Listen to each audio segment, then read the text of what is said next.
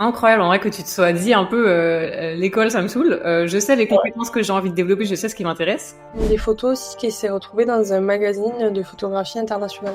Mais non, une fois que tu te lances en freelance ou à ton compte ou peu importe, enfin la vente, c'est le nerf de la guerre, quoi. Pour moi, le but, c'est quand même que je travaille avec pas un maximum de clients, mais des clients que je peux aider. Faire plein de disclaimers en mode on peut encore tout changer. Quand tu commences, bon, tu sais pas fixer tes prix, t'as pas d'expérience là-dessus, donc tu tâtonnes un peu, tu sais pas trop, t'as peur aussi de louper le client, donc t'acceptes un peu tout ce qu'il te demande. Tu commences à faire tous tes reels comme si c'était genre un truc pour le Nikon Festival, bon bah très bien, mais tu vas pas pouvoir en sortir 50 000. Ça me, en fait, différencier des photographes professionnels Ouais. du secteur, si tu veux, qui ne faisaient aucune. Précisément ce que tu proposes, enfin, c'est comme si tu rentres dans un restaurant où il n'y a pas de menu. Au début, quand on se lance, il faut pas avoir peur et absolument vouloir des clients, parce que plus tu veux des clients, plus tu vas.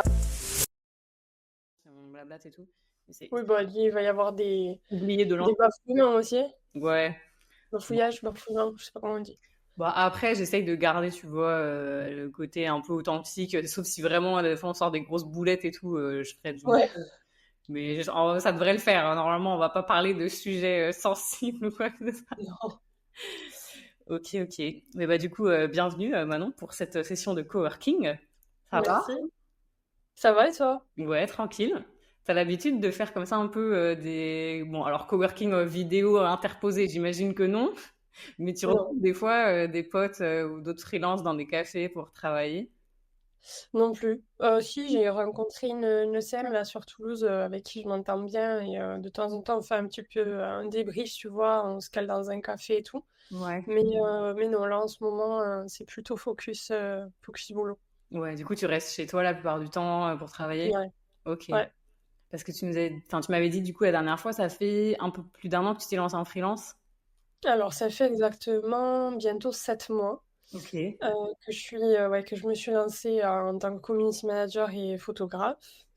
Et du coup, bah, ça marche bien, je suis contente et bah, je m'épanouis dans ce que je fais parce que ça faisait quand même déjà 2 ans que je pensais à me mettre à mon compte. C'est quelque chose qui était réfléchi, tu vois, en avance et que j'avais quand même bien programmé euh, bah, voilà, pour être sûre de pas me lancer comme ça d'un coup sans rien, quoi. Ouais. Donc c'était quand même assez réfléchi et bah, je le regrette pas du tout. Trop bien. Mais parce que du coup, tu travaillais dans une boîte avant où c'était aussi en relation avec community management, photographie ou pas du tout? Alors, c'était plus en relation avec les sites internet. En fait, moi, si tu veux, je m'occupais de gérer la relation client. Donc, je gérais un petit peu le site internet de mes clients. J'avais un pack client, un pack de 400 clients en tout. J'en gérais entre 100 et 150 par mois. Et je les aidais à alimenter, en fait, et à mettre à jour, si tu veux, leur site internet avec bah, des actualités, des photos, des vidéos, etc. Donc j'étais et en relation avec le client et en relation aussi avec les web designers avec lesquels on travaillait. Ok, donc tu étais déjà un peu dans le milieu de la com, un peu Ouais. de créativité ou peut-être ça te manquait la créativité dans ce job, t'aurais dit ouais. Ouais, ça me manquait vachement la créativité parce que moi, tu vois, après le bac, j'ai fait une année de graphisme. Je suis autodidacte en graphisme depuis que je suis toute petite, enfin, depuis mes 10 12 ans. Et je voulais absolument faire une école de graphisme bah, pour voir ce que ça a donné et puis pour rentrer dans ce milieu.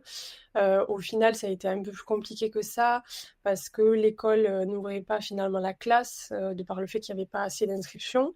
Donc, je me suis retrouvée dans une classe de 3D, animation 3D. C'est hyper intéressant, mais c'était pas du tout ce que je voulais Ouais. faire. C'est un peu éloigné. Donc, ouais, c'est beaucoup éloigné par rapport au graphisme, mais c'est quand même très intéressant parce que tu touches un peu à des logiciels, tu vois, différents. Tu crées aussi des choses différentes. Et bah, moi qui aime beaucoup apprendre, hein, j'avais aussi l'envie d'apprendre un peu sur ça. Et quelques mois après, du coup, la rentrée, je me suis dit, c'est pas ce que je veux faire. Donc, bah, en fait, il y avait une formation l'année d'après qui s'ouvrait en tant que, bah, du coup, graphisme, tout ce qui était logiciel, donc Photoshop, Illustrator, tout ça. Et pendant ce temps, je suis rentrée chez mes parents, donc j'ai arrêté, j'ai un petit peu mis en stand-by l'année. J'avais vu avec les patrons, enfin les directrices, la directrice d'école. Et en fait, c'est ce qui m'a permis de développer ma passion du coup pour la photographie. Et je faisais de la photo portrait quand du coup je vivais en Ariège dans le sud, à Ok. côté de la Nord. Trop bien. Donc en fait, tu avais d'abord la passion pour le graphisme, et Ouais, ensuite tu as développé cette appétence pour la photo. Genre, c'était pas que tu exactement. n'avais jamais fait de photos avant ou tu avais un appareil Non. peut-être. Mais du coup, c'est ça. En fait, de base, mes parents m'ont acheté un appareil photo parce qu'on faisait beaucoup de voyages avec mes parents. On voulait beaucoup voyager. Donc, on s'était dit que bah, c'était moi qui allais un petit peu, tu vois, m'occuper des photos et des vidéos. Et en fait, c'est une amie qui a vu la qualité photo, du coup, que je postais sur Instagram, qui m'a dit, écoute, bah, moi, j'aimerais bien me tester en tant que photographe, enfin, du coup, photo-portrait, tu vois. Et si ça te dit, on pourrait, du coup, tu pourrais me prendre en photo, voir ce que ça donne. Et en fait, bah, elle était hyper jeune, elle était super mimi. Et effectivement, moi, ça m'a permis d'améliorer aussi, de m'améliorer en photo, si tu veux, d'améliorer mes réglages, d'améliorer la façon de faire de la photo. Et ça a été une des photos aussi qui s'est retrouvée dans un magazine de photographie internationale. Mais non, trop bien, je savais pas ça. Mais du coup, En c'est fait, comment ça, si du tu coup, veux, t'as genre candidaté pour comment ça c'est s'appelle? un peu ça. En fait, j'avais acheté, c'était un magazine qui sortait tous les mois, je crois, dans les bureaux de tabac, enfin dans la presse. Ça s'appelait Phototech. Ça n'existe plus d'ailleurs aujourd'hui. Et c'était des photographes, si tu veux, et des journalistes qui mettaient en avant des photos d'amateurs ou de professionnels. Et tu avais effectivement dans un de ces magazines une page où tu pouvais envoyer tes propres photos à une adresse mail pour ben, voir si tu pouvais être publié dans ce magazine ou pas. Et c'est assez drôle parce que je l'ai fait en décembre et c'est le jour de Noël où ils m'ont répondu que je serais publiée. Trop bien. Ouais, ouais, un beau cadeau, ouais. Ça m'a permis quand même de gagner de la crédibilité et de la confiance auprès des C'est ce parents que parce que j'allais si tu dire, veux, ouais. voilà, c'était des jeunes, quoi. Si tu veux, moi j'avais 18 ans, eux, ils avaient 14-15 ans. Et souvent, les parents me demandaient si ils pouvaient venir pour voir le shooting et tout ça. Je lui disais, mais absolument, il n'y a aucun problème, tu vois. Ok. Ouais, donc, tu as commencé, en fait, donc, attends, si je résume bien, tu fais ta première année, enfin, tu essayes de faire du graphisme, en fait, ils te foutent en vidéo, c'était pas trop ce que tu voulais faire. Du coup, Ça. tu arrêtes la formation et tu te lances un peu plus dans la photo. Là, Ouais. tu commences, du coup, bah, à être un peu la reporter de tes voyages avec tes parents, etc. Et tu es contacté par des jeunes de ta région qui sont, du coup, un peu modèles photo. C'est ça qui recherchent des photographes. Exactement, qui voulait se tester, tu vois. Et puis, le fait que aussi je fasse des photos en extérieur, ça me, en fait, différencier des photographes professionnels Ouais. du secteur, si tu veux, qui ne faisaient aucune photo en extérieur. Et puis, c'est parce que j'étais jeune.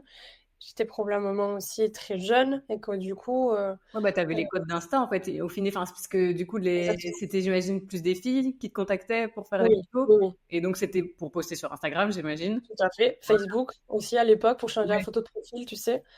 Ok. Donc, toi, c'est Mm. sûr que tu te présentais comme, elle savait que tu allais avoir les codes, en fait, des réseaux sociaux. Plus Oui, le truc, c'est vrai que faire juste des photos, bon, ça peut être super beau, des photos en studio, avec un fond et tout, mais tu cherches quand même un aspect aussi un peu plus naturel quand tu veux faire ton feed Insta et tout. T'aimes bien montrer que tu vas dans différents endroits, dans des complètement. cafés, dans des trucs comme ça. C'est ça. Et puis moi, si tu veux, je voulais pas retoucher trop les photos. Pour Hmm. moi, enfin, je suis quelqu'un de très naturel, tu vois, de nature. Je suis pas très maquillage, je suis pas, enfin, ça dépend, tu vois, mais je suis pas dans tout ça. Et je voulais aussi faire ressortir, enfin, leur montrer qu'une photo, ça pouvait être totalement aussi naturel. C'était surtout la façon de la prendre et surtout la façon aussi d'apprendre, tu vois, Hmm. voilà, le regard, le sourire et tout ça, ça s'apprenait. Et c'était un peu le message que je voulais faire passer. Et puis aussi, il y avait quelque part d'essayer de leur donner confiance. Parce que c'est vrai que sur les réseaux sociaux, on changeait les photos de profil, on avait des commentaires, etc. Puis quand on est jeune, on n'a pas trop Bah oui. confiance en nous. Et c'était un peu le but aussi, tu vois. Et je me suis dit, de par la photo, en fait, c'est un art, si tu veux. C'est pour montrer aussi que bah, même si on a des défauts, en fait, c'est pas forcément la personne. Tu peux être photogénique, tu peux ne pas être photogénique. C'est la façon dont tu vas faire ta photo qui va tout changer. Ah, j'aime trop cette approche parce que c'est vrai que Mm. souvent, bah, dans la vie de tous les jours, je peux te dire, ok, bah, je vais essayer de m'embellir par du maquillage, par des fringues, par ceci, par cela. Et là, toi, tu as vraiment pris le parti de te dire, c'est par la photo, en fait, c'est comme je vous vois tel que vous êtes, je vous Complètement. vous êtes belle comme ça. Et Mm. ouais, avec le cadrage, avec en fait, toi, toutes les compétences et le côté artistique de la photo que tu as développé, où ouais, tu poses un regard artistique sur tes modèles et tu les embellis de cette façon-là. Je trouve ça super poétique. Et puis pour la confiance en soi, c'est sûr Ouais, que, bah, comme tu dis, les filles tu cherches de la reconnaissance quand tu postes des bien sûr. photos sur Insta, tu as envie que tes amis like, etc. Bien sûr. Et soit ça te plaisait de faire comme ça des photos portraits, modèles. Ouais. C'est ouais, quand t'as commencé du coup parce que c'était un petit peu là par concours de circonstances, du coup c'est les nanas qui te Ok. contactaient. Mais au final, tu t'es Ouais. rendu compte que ouais, ça te plaisait Ah oui. et les De fou. l'aspect réseaux sociaux aussi te plaisait parce que j'imagine quand tu commences de la photo, tu peux bah voilà, comme tu as dit, être publié dans des magazines. Enfin, tu as tout ce côté un peu photo institutionnelle. Et à côté de ça, bah, tu as les réseaux sociaux. Et toi, c'est Exactement. le média que tu préférais Ah oui, oui, mais de suite, tu vois, j'ai créé un compte professionnel Instagram. Je m'appelais Mona Photographie, d'où le Mona Community encore aujourd'hui, parce que c'est un petit peu ce qui me suit, tu vois, et je me suis dit, c'est quand même finalement ma marque à moi, hein. C'est ma façon aussi, c'est mon pseudo, tu vois. Et d'ailleurs, c'était un pseudo qui me fonctionnait puisque beaucoup avaient entendu du coup parler de Mona Photographie, ne me connaissaient pas forcément, mais de par leurs amis, etc. Ça allait loin, hein. Il y a même une imprimerie qui m'a appelé, qui m'a dit, ben voilà, on a imprimé les photos que vous avez fait à une jeune fille, on aime beaucoup ce que vous faites, venez vous, bien enfin, vous ça. pouvez venir nous rencontrer.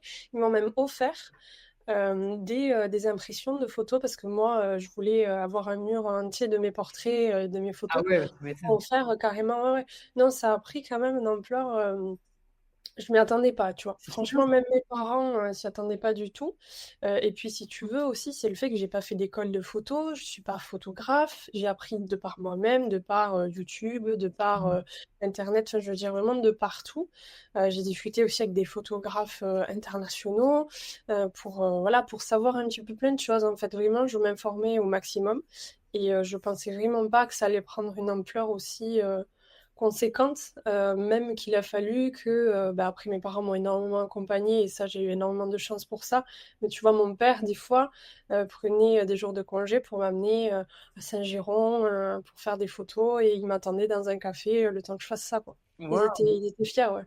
Ah, c'est trop bien, mais c'est incroyable comme parcours. Et du coup, tout ça, ça s'est passé sur quoi? L'équivalent d'une année, en fait, entre le moment où tu commences à faire des photos et tous ces un petit peu ces étapes de reconnaissance, le magazine, l'imprimerie qui te contacte, la croissance en fait de ta clientèle. Je sais pas d'ailleurs si les filles te payaient à ce moment-là ou c'était. Alors oui, je faisais au début, je faisais pas payer parce que moi, ce que je voulais, tu vois, déjà, je pensais à la visibilité. Pour moi, c'était important, la visibilité. Et donc, si tu veux, Facebook, à l'époque, fonctionnait énormément bien pour ça parce que plus elles changeaient leur photo de profil et elles m'identifiaient, forcément, plus j'avais des messages. Moi, ça se passait énormément sur Facebook, tu vois, à l'époque.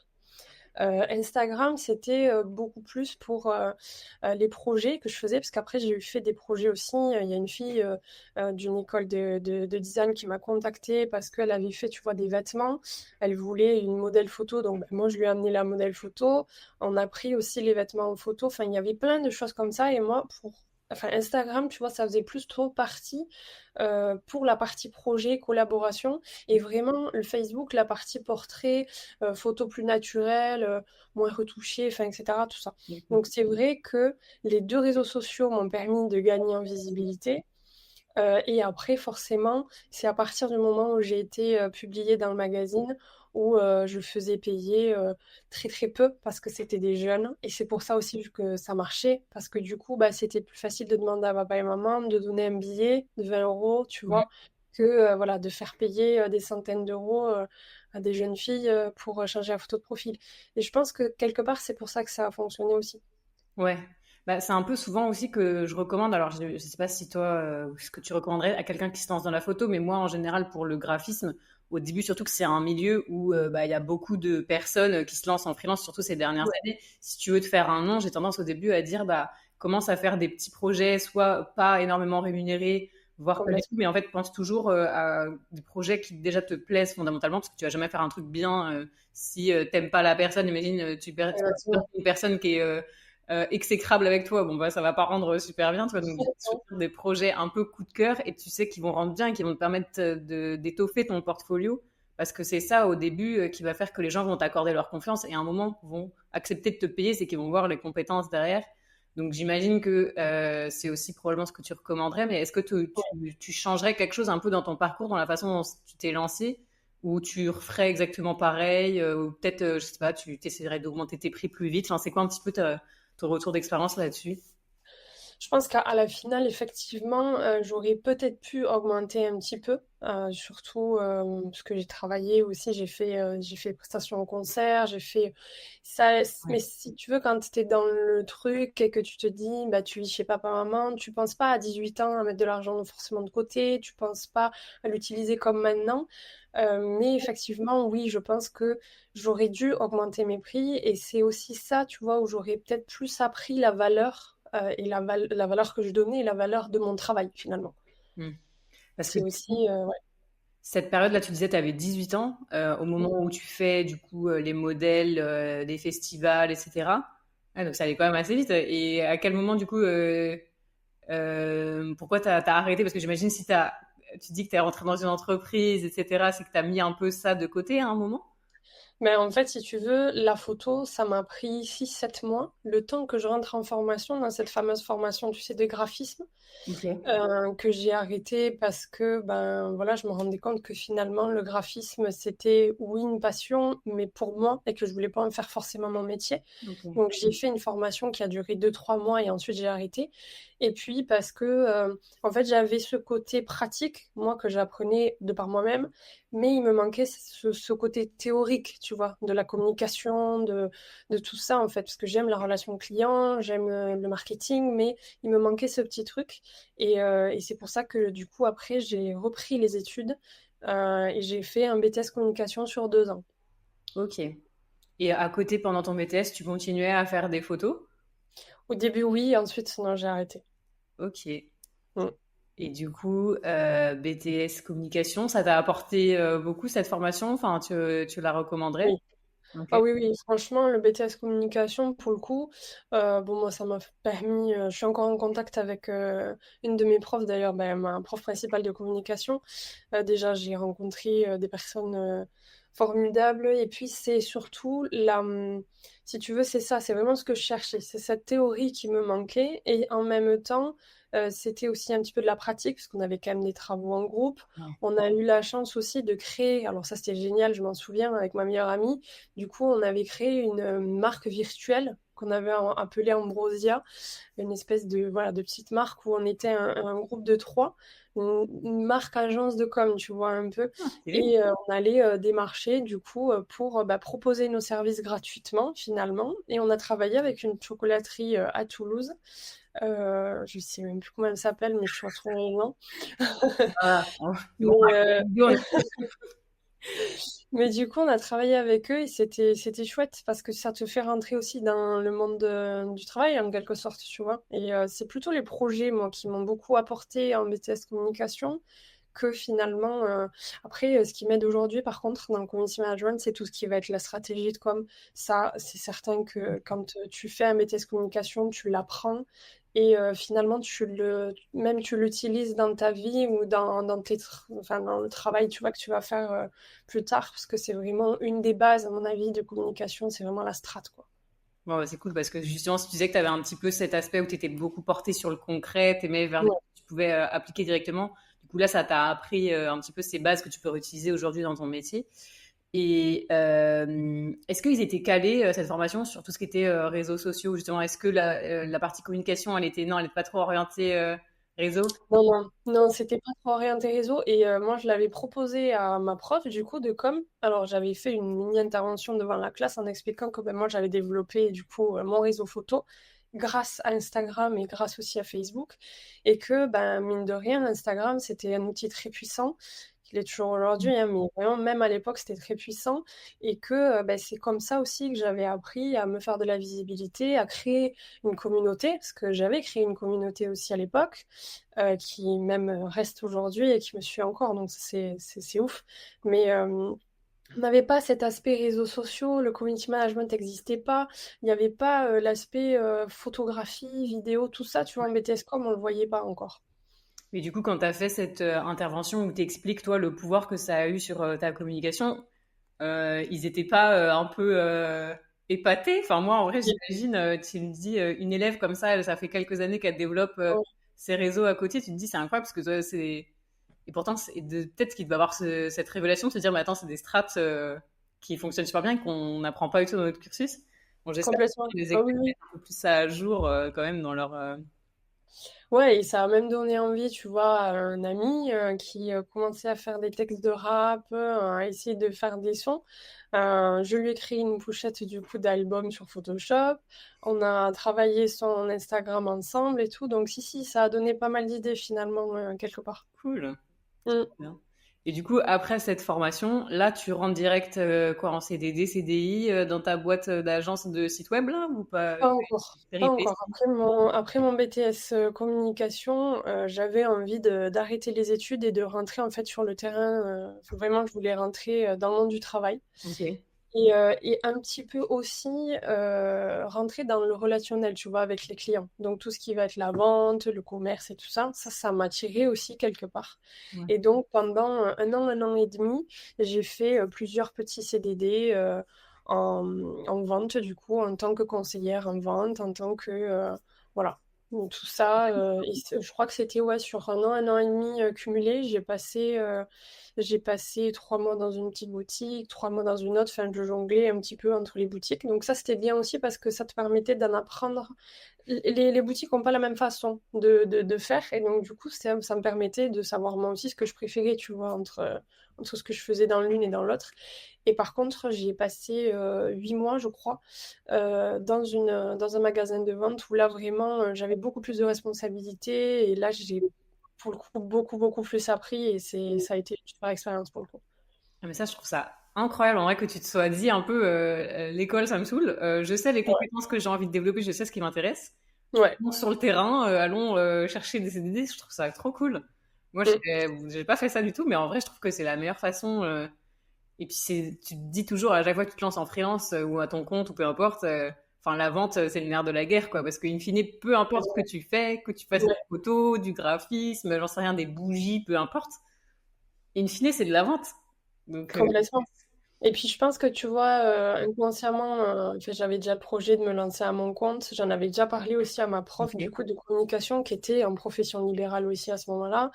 Et on en avait beaucoup discuté toutes les deux. Et je voulais pas continuer des études de communication. Et tu vois, enfin, j'en parlais aussi à ma Mhm. prof il y a pas longtemps. On voit qu'aujourd'hui, c'est un secteur qui est quand même bouché de plus en plus et que finalement faire des études Ouais. longues, ça peut, tu vois, ne pas En fait, j'ai finalement. l'impression que dans ces milieux où c'est un petit peu stratégie, création, etc., en fait, le plus rapidement tu es sur le terrain et tu es dans le Exact, concret, en fait, c'est là que complètement. tu apprends et c'est là en fait que Ouais, tu te crées surtout en fait bah, cette expérience qui va faire que tu vas te créer une carrière. En fait, si tu passes des années, ça peut paraître rien en vrai de continuer jusqu'au master et tout. Tu te dis allez 3 ans et puis voilà, mais en fait 3 ans passés sur le terrain à développer ta propre image ou même dans une boîte où tu travaillais pas pour toi mais où tu t'es sur le terrain, en vrai, je trouve que tu apprends plus. Après, moi, j'ai eu un peu ce complètement. truc où j'ai fait bac art appliqué et Ouais, du coup, on faisait plein de projets créatifs aussi. On touchait au design de mode, au design d'espace, produits, enfin vraiment tous les champs de création dans le design. Et c'est vraiment là que j'ai appris, tu vois, les bases de mener un projet, la recherche créative, développer des pistes et tout. Et j'ai eu l'impression après dans le BTS produit que j'ai fait que bah, en fait c'était un peu la continuité. Enfin, j'ai juste fait d'autres projets, mais j'ai pas appris énormément de trucs en plus. Et je mm, pense que moi, j'ai eu aussi un peu ce truc de me dire, je sens que si je reste trop longtemps dans les études, en fait, ça va se répéter. Et en fait, le gain, enfin, comment dire, le rapport gain-expérience, il est pas ouf. complètement. C'est tout à fait ça. Moi, je te rejoins sur ça. C'est pour ça, effectivement, que j'ai pas continué. Euh, et, euh, et parce que, oui, quelque part, je savais que pour moi, en fait, je suis quelqu'un, j'ai besoin d'être dans la pratique enfin, constamment, tu vois. Donc la théorie, je l'avais, un BTS com, ok, très bien, mais faut pratiquer derrière. Ça, Ouais. c'est primordial. Donc, la meilleure façon, c'est de rentrer dans le monde du travail. Alors oui, ça fait peur parce que tu sors d'études, tu vois tous tes potes, tu vois qui continuent en licence et tout ça.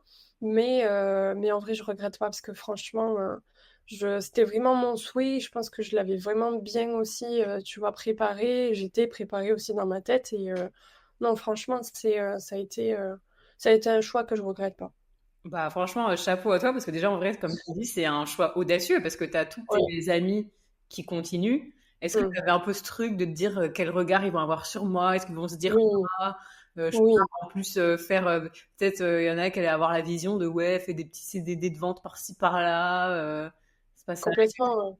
Donc, toi, Même, tu vois, dans les... tu savais ce que tu voulais faire et tu les écoutais pas? Ouais. Complètement, et puis même dans les discussions, tu vois, souvent t'entendais, effectivement, bah, toi t'as pas continué les études, pourquoi? C'est vrai que c'était différent. T'étais différent des autres, t'aimais pas forcément le scolaire. Moi, je sais que très vite, j'ai compris que j'aimais pas cette adaptation scolairement. Il fallait apprendre par cœur. C'était, si tu veux, pour moi, ça avait pas de sens de rester sur une chaise toute la journée, apprendre quelque chose, parce que derrière, j'avais pas de pratique. Et je me disais, mais ça, moi, je peux l'apprendre toute seule de mon côté. Mm. Et il y a que le travail, en fait, il y a que la pratique, il y a que le concret, si tu veux, en rentrant dans le monde du travail, qui va te faire dire, ok, en fait, ce que j'apprends, là, ça me sert, effectivement. Mm. Mais tu vois, c'était typiquement ça. Un BTS communication, je me suis dit, mais ok, alors j'apprends ça, mais comment je vais le pratiquer? Comment je vais le mettre en avant pour enfin, me faire de l'expérience, quoi, tout simplement. Ouais. Bah, c'est sûr que oui, en plus avec YouTube aujourd'hui, tu peux grave apprendre plein de trucs comme ça. Mais du coup, sur tout l'aspect vente, c'est quoi que tu as retenu de ces... Du coup, tu as dit c'est un peu plus d'un an et demi, enfin quelque chose comme un an et demi que tu as passé à différents Ouais. contrats. À Et peu près, ouais, un an et demi. Bah, déjà, j'ai appris que j'aimais beaucoup manager, parce que finalement, même si j'ai managé une petite équipe de deux trois personnes, c'est vraiment quelque chose qui m'a plu. Et déjà, là, tu vois, quand ça te plaît de manager, tu te dis que toi-même, tu pourras te manager, il n'y a aucun problème en termes d'organisation et tout. Donc, déjà, encore là, tu vois, dans ma tête, c'était freelance, tu peux te mettre à ton compte. Après, ce qui est hyper intéressant dans la vente, c'est l'approche que tu as avec les clients. Moi, ça a été compliqué parce que je suis tombée avec une responsable qui était beaucoup trop sur les gens constamment et moi j'aime pas ça et pour moi c'est très difficile de vendre à quelqu'un si tu voilà tu le colles constamment c'est des techniques hein, de vente que mais moi j'arrivais pas à m'y faire. donc, ouais, Euh, et genre, et inculquer une sorte de façon de vente qui te c'est correspondait ça. pas, en fait, ouais. Non, moi ça me correspondait pas du tout et j'étais même c'était pas question tu vois de timidité ou quoi que ce soit. En fait, je me mettais à la place de la personne et je me disais si je rentre dans un magasin, j'ai juste envie de prendre le temps de regarder et juste voilà, de me Ouais. sentir tranquille sans tu vois qu'on te Et saute si ta vision, dessus. c'était peut-être trop agressif ou rentre dedans. Complètement. Ok, Complètement. tac. C'était ouais, vraiment, j'y arrivais pas et bah, la preuve, je vendais beaucoup mieux à des clients que je suivais pendant peut-être même une heure. Franchement, il y a même un client, je me souviens vraiment d'une cliente qui est rentrée. J'étais toute seule dans le magasin et elle venait d'elle-même en fait me demander et puis je lui ai posé la question, je lui ai dit mais vous avez quand même l'air d'avoir un événement assez important. Il me dit oui, c'est pour un mariage. Donc là, tu es quand même assez Mm. contente. Tu te dis, OK, pour un mariage, c'est quand même pas mal. Et comme j'étais toute seule, ben, j'ai fait, moi, enfin, mes techniques de vente que j'ai apprises aussi, mais si tu veux, dans la douceur, C'était dans naturel, en l'écoute, fait. dans la compréhension, Mm. c'est ça. Je pense que Et les gens, ils sont beaucoup plus réceptifs quand c'est quelqu'un qui leur parle de manière complètement, authentique, en fait, comme si tu la conseillais. Et là, voilà, t'étais plus dans un truc de je veux te vendre absolument quelque chose. T'étais dans c'est une ça. discussion. Et parce que C'est ça. c'était quoi que tu vendais dans cette boutique? C'était des vêtements. Ok. Des vêtements, accessoires, ouais, ouais, il y avait même de temps en temps des chaussures, mais c'était assez rare. Mais c'était des vêtements, ouais, principalement. Ok, ok. Et du coup, au bout d'un moment, tu t'es dit, bon, que tu avais peut-être vu ce que tu avais envie de voir et tu avais envie de trouver autre chose, un job plus dans la communication, du coup? Ouais, exactement. J'avais toujours cet esprit de rentrer quand même en tant que chargée de communication et puis après évoluer. Moi, en fait, mon parcours, c'est dans ma tête, tu vois, c'était chargée de com et responsable communication ou manager en communication. Et c'est en cherchant effectivement que bah, j'ai trouvé cette agence de site internet. C'était pas vraiment de la communication parce que enfin, ça touchait pas au graphisme, ça touchait pas à la communication, mais ça touchait à la relation client. Et le fait, tu vois, que j'ai eu fait cette expérience en vente pendant un an, ça a quand même changé aussi la donne parce que quand j'ai fait mon entretien, j'ai pu bah, bien expliquer en fait ce que c'était la relation client, que moi j'étais pas là pour absolument vendre, etc. Et qu'en plus j'avais aussi une petite idée de WordPress, une petite idée de CMS, tout ça. Donc, c'est ce qui m'a permis, en fait, d'obtenir ce CDI, ouais. Ouais, bah, comme tu dis, je pense qu'en vrai, toutes les expériences professionnelles, elles sont bonnes à prendre et elles Ah t'apprennent oui, ce que t'aimes faire et ce dans quoi t'es bonne et te donnent aussi cette confiance, le fait d'avoir managé des équipes, comme tu disais. C'est sûr qu'après, tu te dis, bah, en fait, si moi, je peux endosser des responsabilités complètement. une boîte, voilà, et faire en sorte que les objectifs soient tenus par plusieurs personnes, etc. C'est sûr que après tu te dis, bah en fait, je peux le faire pour les autres. Pourquoi pas le faire Exactement. pour moi? Mais bon, du coup, t'es pas allé directement à cette étape-là. T'es quand même du coup passé par cette agence de com, mais c'est sûr que ça t'a Ouais. servi. Voilà, ils ont vu que t'avais de l'expérience, que t'étais à l'aise avec tes compétences. Mm. Enfin, t'avais confiance en toi, quoi. Donc c'est sûr que ça a joué. Et t'es resté combien de temps dans cette agence du coup? 1 an et demi. Ok. Mm. Et c'était quoi ton ressenti au début? T'étais super enthousiaste et petit à petit, ça c'est un peu, tu avais ce truc dans la tête qui grandissait de je veux me lancer à mon compte. Ouais, c'est sûr que de toute façon, ça, quand tu l'as, qui te suit et que tu as des signes, tu vois, où tu rencontres des auto-entrepreneurs qui te parlent de leur truc et tout ça, bah, forcément de leur projet, tu te dis, waouh, c'est exactement ce que je veux faire aussi plus tard. Après, j'ai vite compris aussi que c'était des tâches redondantes, ce que je faisais. Donc, au bout d'un moment, tu arrives à un stade où bah, tu as beaucoup appris, mais tu ne sais pas comment plus apprendre, tu vois, Ouais. entre guillemets. Et c'est ça aussi qui m'a fait, quelque part, arrêter ce CDI avec bah, ce risque-là de devenir freelance. Mais comme si tu veux, j'avais aussi préparé mon départ dans le sens où j'étais assez proche de quelques clients, où je leur ai dit, voilà, moi, je vais partir dans quelques temps, mais je vais me lancer à mon compte dans les réseaux sociaux, etc. Ok.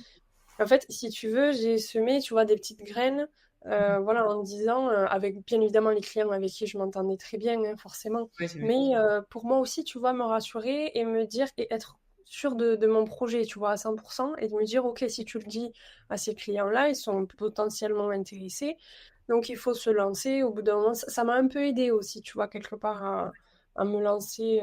T'avais un peu cette peur ou parce que tu me dis quand même Oui, que j'ai l'impression que c'était un rêve quand même et que tu rencontrais plein ouais, d'entrepreneurs et tu te disais vraiment ah ce serait stylé. Mais du coup, est-ce que le ratio enthousiasme envie de me lancer, il était plus fort que la peur ou oui. ok ouais. Complètement, complètement. Après, bien évidemment, j'ai quand même du soutien derrière, hein. Il faut quand on se lance, surtout que pour te donner, vraiment la réalité des choses, j'ai démissionné de mon travail, donc je n'ai pas touché, de chômage. Donc Mhm. j'étais, effectivement, voilà, T'as pas c'était touché de chômage. compliqué. Ok, parce Non, que souvent on ah, peut quand tu toucher. démissionnes, Ah bah oui. tu touches rien. Pourtant, tu travailles, tu vois? Donc bon, ça aussi, c'est ça aussi. Je me suis dit, «Je travaille, mais OK, à la finale, en gros, j'ai rien» entre guillemets. Mais après, oui, tu prends un risque, mais comme tu dis, en fait, la passion, l'enthousiasme et la volonté extrême de vouloir bosser pour moi, en fait, et bosser pour des clients, faire ce que j'aime, etc., elle était beaucoup plus forte. Bah franchement, alors une fois de plus, chapeau parce que y a plein de gens qui se lancent parce qu'avec ce petit bah, matelas de sécurité, on va pas se mentir, de se dire j'ai le chômage pendant un temps, je Oui, vais complètement. commencer à poser les bases de mon business, aller commencer à prospecter, etc. Parce que c'est sûr que ça se fait pas du jour au lendemain. Alors toi, après, tu avais un peu du coup de d'antécédents, on va dire, tu avais créé déjà une Exact. communauté autour de la Et oui. photographie, tu avais un petit peu cette déjà cette expérience bah, qui tu viens, mais est-ce que directement quand tu t'es lancé, ouais, tu avais cette idée, tu voulais faire photo, réseaux sociaux, community manager, enfin, tu avais un sorte de job post précis dans ta tête où tu t'es dit, je verrai un petit peu ce que les gens me demandent. Non, c'était community manager et photographe. Parce que je me suis dit, tu vois, c'est aussi l'occasion de reprendre la photo, de retoucher à l'appareil, de me replonger un peu dans cette passion quand même qui m'a animée pendant quelques mois. Et puis quelque part aussi de voir si la communauté, elle était toujours active. Parce que mon compte, Mona Photographie, je l'avais pas supprimé, je l'avais gardé. J'avais plus, à l'époque, c'était, enfin pour moi, c'était énorme. J'avais 1300, je crois, followers. Donc c'était top, j'avais une bonne communauté. Donc c'était aussi, tu vois, pour voir si cette communauté-là, elle était restée et si elle était aussi intéressée par ce nouveau projet, parce que je liais photo, vidéo et du coup forcément community management. Et bien évidemment que oui, j'ai eu même des messages qui me disaient, mais t'as trop bien fait, c'est exactement ce qu'il te faut. En fait, finalement, tu te rends compte que t'as mûri le projet depuis un moment, t'as pris ce risque de se lancer, et derrière, t'as que des que des encouragements, quoi. C'est trop bien ça. Bah, que, c'est Ouais, sûr que quand tu as ton entourage qui est vraiment avec toi, qui est trop ouais, content, qui se dit ah mais c'est vraiment ce qu'elle devait faire, c'est cool ça. Et je trouve que c'est tellement un bon indicateur parce que des fois tu as effectivement un peu ce même si tu as grave envie de te lancer et tout, ce petite appréhension, te dire bon, je lâche quand même un truc CDI, voilà, c'est un petit peu le Graal que la plupart des gens recherchent. exactement. Ensuite, voilà, je vais pas toucher le chômage, etc. Est-ce que je fais bien? Forcément, tu te poses quand même des questions, même si tu es super motivé et tout. Et le fait de voir que tout le monde te dit non, mais vraiment, c'est ce qu'il te fallait, ça va être super, super motivant, quoi. Ah ouais, c'est clair. Bah oui, oui, ça, puis ça te donne aussi encore plus de force, tu vois. Tu t'es dit, bon, ok, en fait, je pars pas comme ça, enfin, tu vois, tête baissée, je sais pas où je vais. Non, t'as tout préparé. Tu sais que derrière aussi, t'as quand même une ancienne communauté qui va te suivre.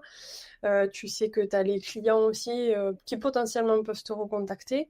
Et puis j'avais aussi gardé de très bonnes relations avec mes collègues. Donc, il y a ça aussi, ça c'est important quand on part d'un boulot, tu vois, enfin, je veux dire, quand on part de quelque part, il faut garder des bonnes relations parce que peut-être demain ce sera ton client ou il va t'apporter potentiellement aussi des clients.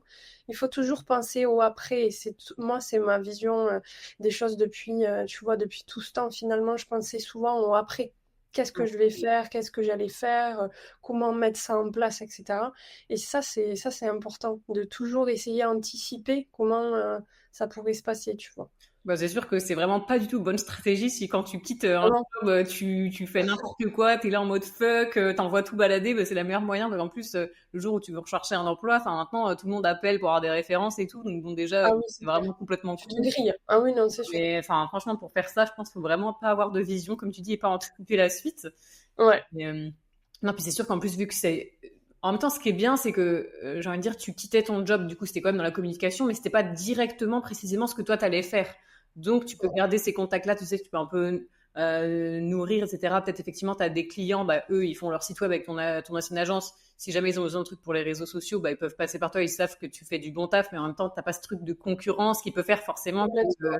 ça peut un petit peu semer le trouble dans les relations avec ton ancienne agence, quoi. C'est ça. Donc oui, oui, non, ça c'est sûr que c'est important de garder les relations. Et puis c'était quelque part c'était une sécurité aussi, tu vois, de se dire que Ouais. peut-être. Tu as des clients du coup qui t'ont contacté pour Oui, faire leurs réseaux sociaux? ouais, j'en ai eu. Bah, du coup, là, je travaille toujours avec celle qui m'a contactée après. Ok. J'en ai eu une que j'ai suivie pendant effectivement 4-5 mois avant que du coup elle laisse un petit peu de côté son activité. Et je suis toujours en relation, peut-être pour plus tard, parce qu'il a d'autres projets en ce moment, mais aussi avec un autre client qui va potentiellement se tourner vers de la formation. Donc oui, oui, Oh, c'est fort probable que cool. Et qu'on travaille ensemble, ouais. te voilà lancée dans l'entrepreneuriat, être indépendante, etc. Comment ça se passe? C'est quoi tes journées type du coup peut-être j'imagine ça a un peu eu le temps d'évoluer depuis 7 mois. Maintenant, tu as peut-être commencé un petit peu à te mettre en place une routine. Est-ce que ça a été dur d'ailleurs pour toi de t'imposer un peu une discipline? Tu as dû un petit peu tester ce qui te convenait? Complètement, ouais. Au début, ben forcément, t'as pas trop, en fait, t'as pas comment dire, t'as pas d'emploi du temps, entre guillemets. Donc c'est à toi de le faire. Après, au début, t'es quand même, moi pendant quelques mois, c'était le matin, c'était prospection, c'était l'animation des réseaux, donc du coup du mien. J'ai énormément développé aussi la partie réelle parce que je savais que ça avait un fort impact. Après, les journées type, quand j'ai des clients, c'est souvent le soir, l'après-midi où je vais faire des photos, des vidéos. Le matin, c'est souvent la planification du contenu. Le lundi, tu vois, typiquement, le lundi matin, c'est planification de tous les contenus de la semaine. Ensuite, moi, enfin, je dialogue beaucoup avec mes clients sur WhatsApp parce que forcément, ils m'envoient les photos, les vidéos et c'est mieux pour moi. J'utilise forcément Notion pour planifier. Je travaille sur CapCut aussi pour le montage vidéo, etc. Après, j'ai pas forcément adopté une routine où je me dis à telle heure je fais ça, à telle heure je fais ça, parce que finalement, j'avais pas envie de replonger, tu vois, dans cet emploi du temps de CDD, CDI, où il faut être à telle heure, etc. Et le fait de gérer aussi ses horaires et de quand potentiellement tu es plus créative, que, par exemple, moi, je suis plus créative le matin et le soir. Ouais. L'après-midi, je sais que l'après-midi, souvent, c'est montage vidéo ou c'est voix off parce que sinon, enfin, je Ouais, des suis. trucs que t'as pas besoin d'être trop créative Ah ouais. pour faire, mais hein, c'est vrai. Non, je suis lente, donc vaut mieux le matin et le soir. Et c'est un peu ça. Une fois que j'ai compris que j'étais plus créative le matin et le soir, ben du coup enfin du coup je me laissais, tu vois, la journée pour ben, aller voir mes clients, pour faire de la prospection ou pour faire de temps en temps ben, des petits coachings à DCM pour les aider, etc. C'était un peu voilà. Enfin c'est toujours le cas. Je pense que cette routine-là, je l'ai. Cet emploi du temps que je me suis fait, tu vois, je l'ai. Après, j'aime aussi m'adapter, j'aime l'imprévu. S'il y a un client qui veut que je passe le voir plus tôt, plus tard, etc. Enfin, mais typiquement, c'est assez cadré un petit peu comme ça. Ouais. Parce que j'imagine de toute façon, vu que tu as des clients différents d'une semaine à l'autre, tu fais pas la même chose. Enfin, c'est un peu compliqué d'avoir un cadre vraiment précis. Il faut être flexible. Oui, Mais du coup, ce que je comprends, c'est que tu as vraiment un petit peu ce schéma de idéalement, tu fais tes tâches créatives le matin et la soirée. Et du coup, l'après-midi, là, tu bouges, tu sors de chez toi pour c'est ça, souvent aller chez tes l'après-midi, clients. ouais. Ouais, ouais, je vais soit bah, du coup voir mes clients, soit je fais du montage vidéo parce que c'est ce qui du coup me prend pas mal de temps et je le consacre l'après-midi. Et je fais aussi de la veille. La veille l'après-midi c'est bien parce que du coup pareil t'es plus dans un mood tranquille, tu vois, donc t'as le temps de faire la veille, t'as le temps de planifier en même temps toi tes prochains contenus. Mais ouais, les clients, pour faire globalement, c'est plutôt le matin ou l'après-midi ou le soir où je m'en occupe pour la planification, tout ça. Et je vais les voir l'après-midi. En général, je me consacre l'après-midi, ouais. Ok. Donc, tu as vraiment en fait une grosse partie sur le terrain où tu bouges et tu vas faire les. C'est vraiment tous les jours comme ça que tu vas faire du contenu C'est photo. pas tous les jours. Non, non, c'est pas tous les jours. Avec un client, j'y vais, tu vois, 2 fois par mois. En fait, ça dépend le contenu dont j'ai besoin. Mhm. L'avantage, c'est que c'est sur Toulouse, donc il n'y a pas forcément beaucoup de déplacements à faire, donc ça, c'est bien. Mais ouais, en général, c'est 2 fois par mois. Ou si vraiment, tu vois, il y a de la nouveauté, il faut faire des photos sur le moment, il n'y a pas de souci. Sinon, il y a beaucoup, beaucoup de montage à la maison. Parce qu'il y a des clients qui m'envoient leur contenu. Tu vois, je travaille avec deux ranchs, par exemple, qui sont... alors, un côté, il y a le ranch qui est vers Bordeaux, l'autre vers Montpellier, donc c'est beaucoup trop loin, Ouais. ça demanderait du temps et de l'argent Logistique. Ouais.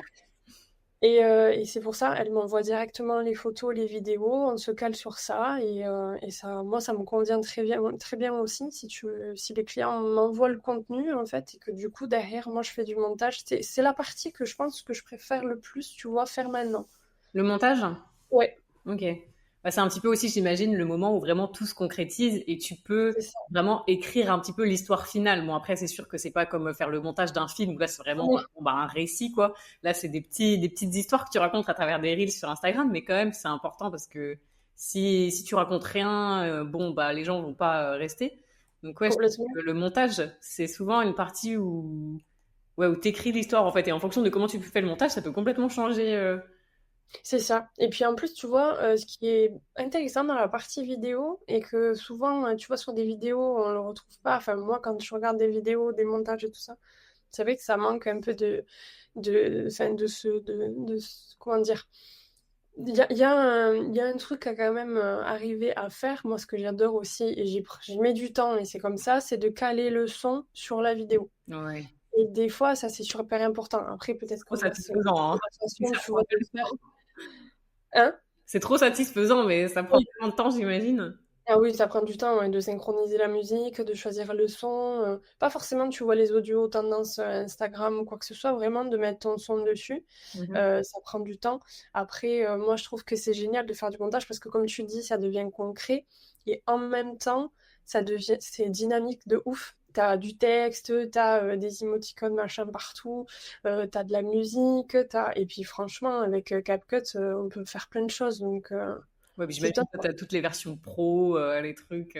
Oh, j'ai la version Pro CapCut. Ouais. Franchement, ça vaut le coup, hein. C'est pas, enfin, pour le moment, moi, je dirais, il faut en profiter parce que peut-être que ça va augmenter dans quelques temps vu que ça devient assez viral, tu vois. On garde ça en Ouais, tête.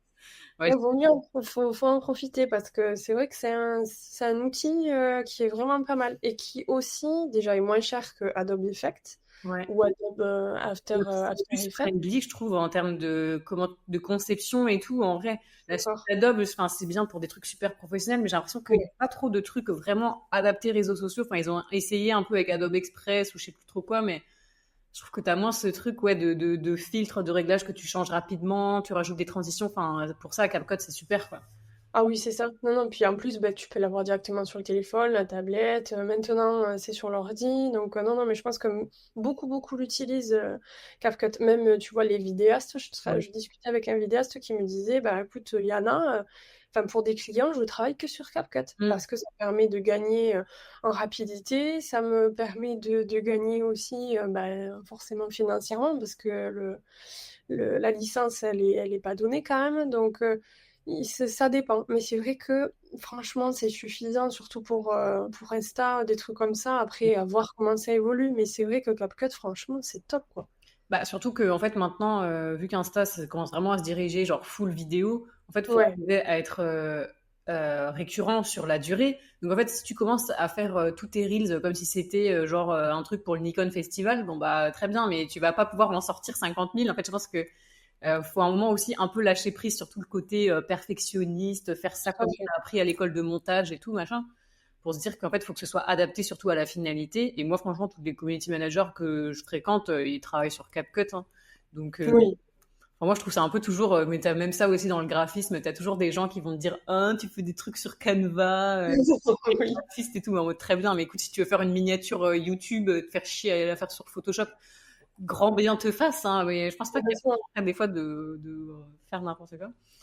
Ok, et parce que tu disais que tu aimais vraiment beaucoup faire le montage. Alors moi, je me retrouve un peu sur certaines tâches comme ça aussi que j'adore faire et j'ai l'impression des fois que tu as un peu ce truc où tu peux facilement te perdre, comment dire, passer des heures. Et est-ce que toi, des fois, tu es obligé un petit peu de te réfréner, de te dire, ok, faut pas que je passe non plus 50 ans sur le montage. Oui. Toujours un peu cette ambivalence quand tu kiffes faire le truc, tu as envie d'aller à la perfection. Mais à un moment, si tu passes trop de temps, tu dis, est-ce que ça devient rentable? Enfin, je sais pas, c'est quoi? Exactement. Bah, tu vois, pour en revenir à la photo avant, quand je devais trier du coup le nombre de photos que je devais envoyer aux clients, donc les photos portraits, tu sais, que je faisais. Au bout d'un moment, je me suis dit, c'est pas possible. Je passe trop de temps en fait à trier les photos, à être trop dans le détail, alors que vraiment, c'est limite, tu vois, juste le soleil qui était au bon endroit, enfin peu importe, c'est vraiment des détails. Et en fait, ce que je faisais, c'est que je faisais un premier jet donc de tri de photos. Et si je sentais que ça moulinait, tu vois, dans mon cerveau, je me disais non, là, ça va pas, j'arrêtais et je me disais, je reviendrai plus tard. Parce qu'en fait, on se rend pas forcément compte, mais à force de regarder, de faire la même chose à chaque fois, on se rend pas compte, mais ça sert à rien, on n'avance pas. Ouais. Vaut mieux s'arrêter et revenir plus tard. Et moi, tu vois, pour les montages vidéo, c'est pareil. Souvent, ce qui est bien, c'est que j'envoie la première version au client. Il Mhm. me dit, écoute, je la regarde, je me pose et je te dis, parce que du coup, le client a aussi un différent regard, tu vois, sur la vidéo. Et en même temps, il me dit, bah tiens, modifie-moi ça, ça, refais-le et renvoie-moi. Et la deuxième version, elle est souvent différente, de pas beaucoup. Mais du coup, ça m'a permis, tu vois, de me poser et de me dire, ok, donc là, j'ai fait ça, on reviendra plus tard. C'est vraiment... et ça, de suite, quand je faisais mes tris de photos, même maintenant, hein, quand je fais les tris de photos de mes clients, c'est exactement ça. Je scène, en fait, je répartis euh, plusieurs tâches et je fais pas la même chose parce que c'est ça, quand on fait la même tâche souvent, c'est redondant et c'est épuisant et tu vois plus rien au bout d'un moment. Ouais.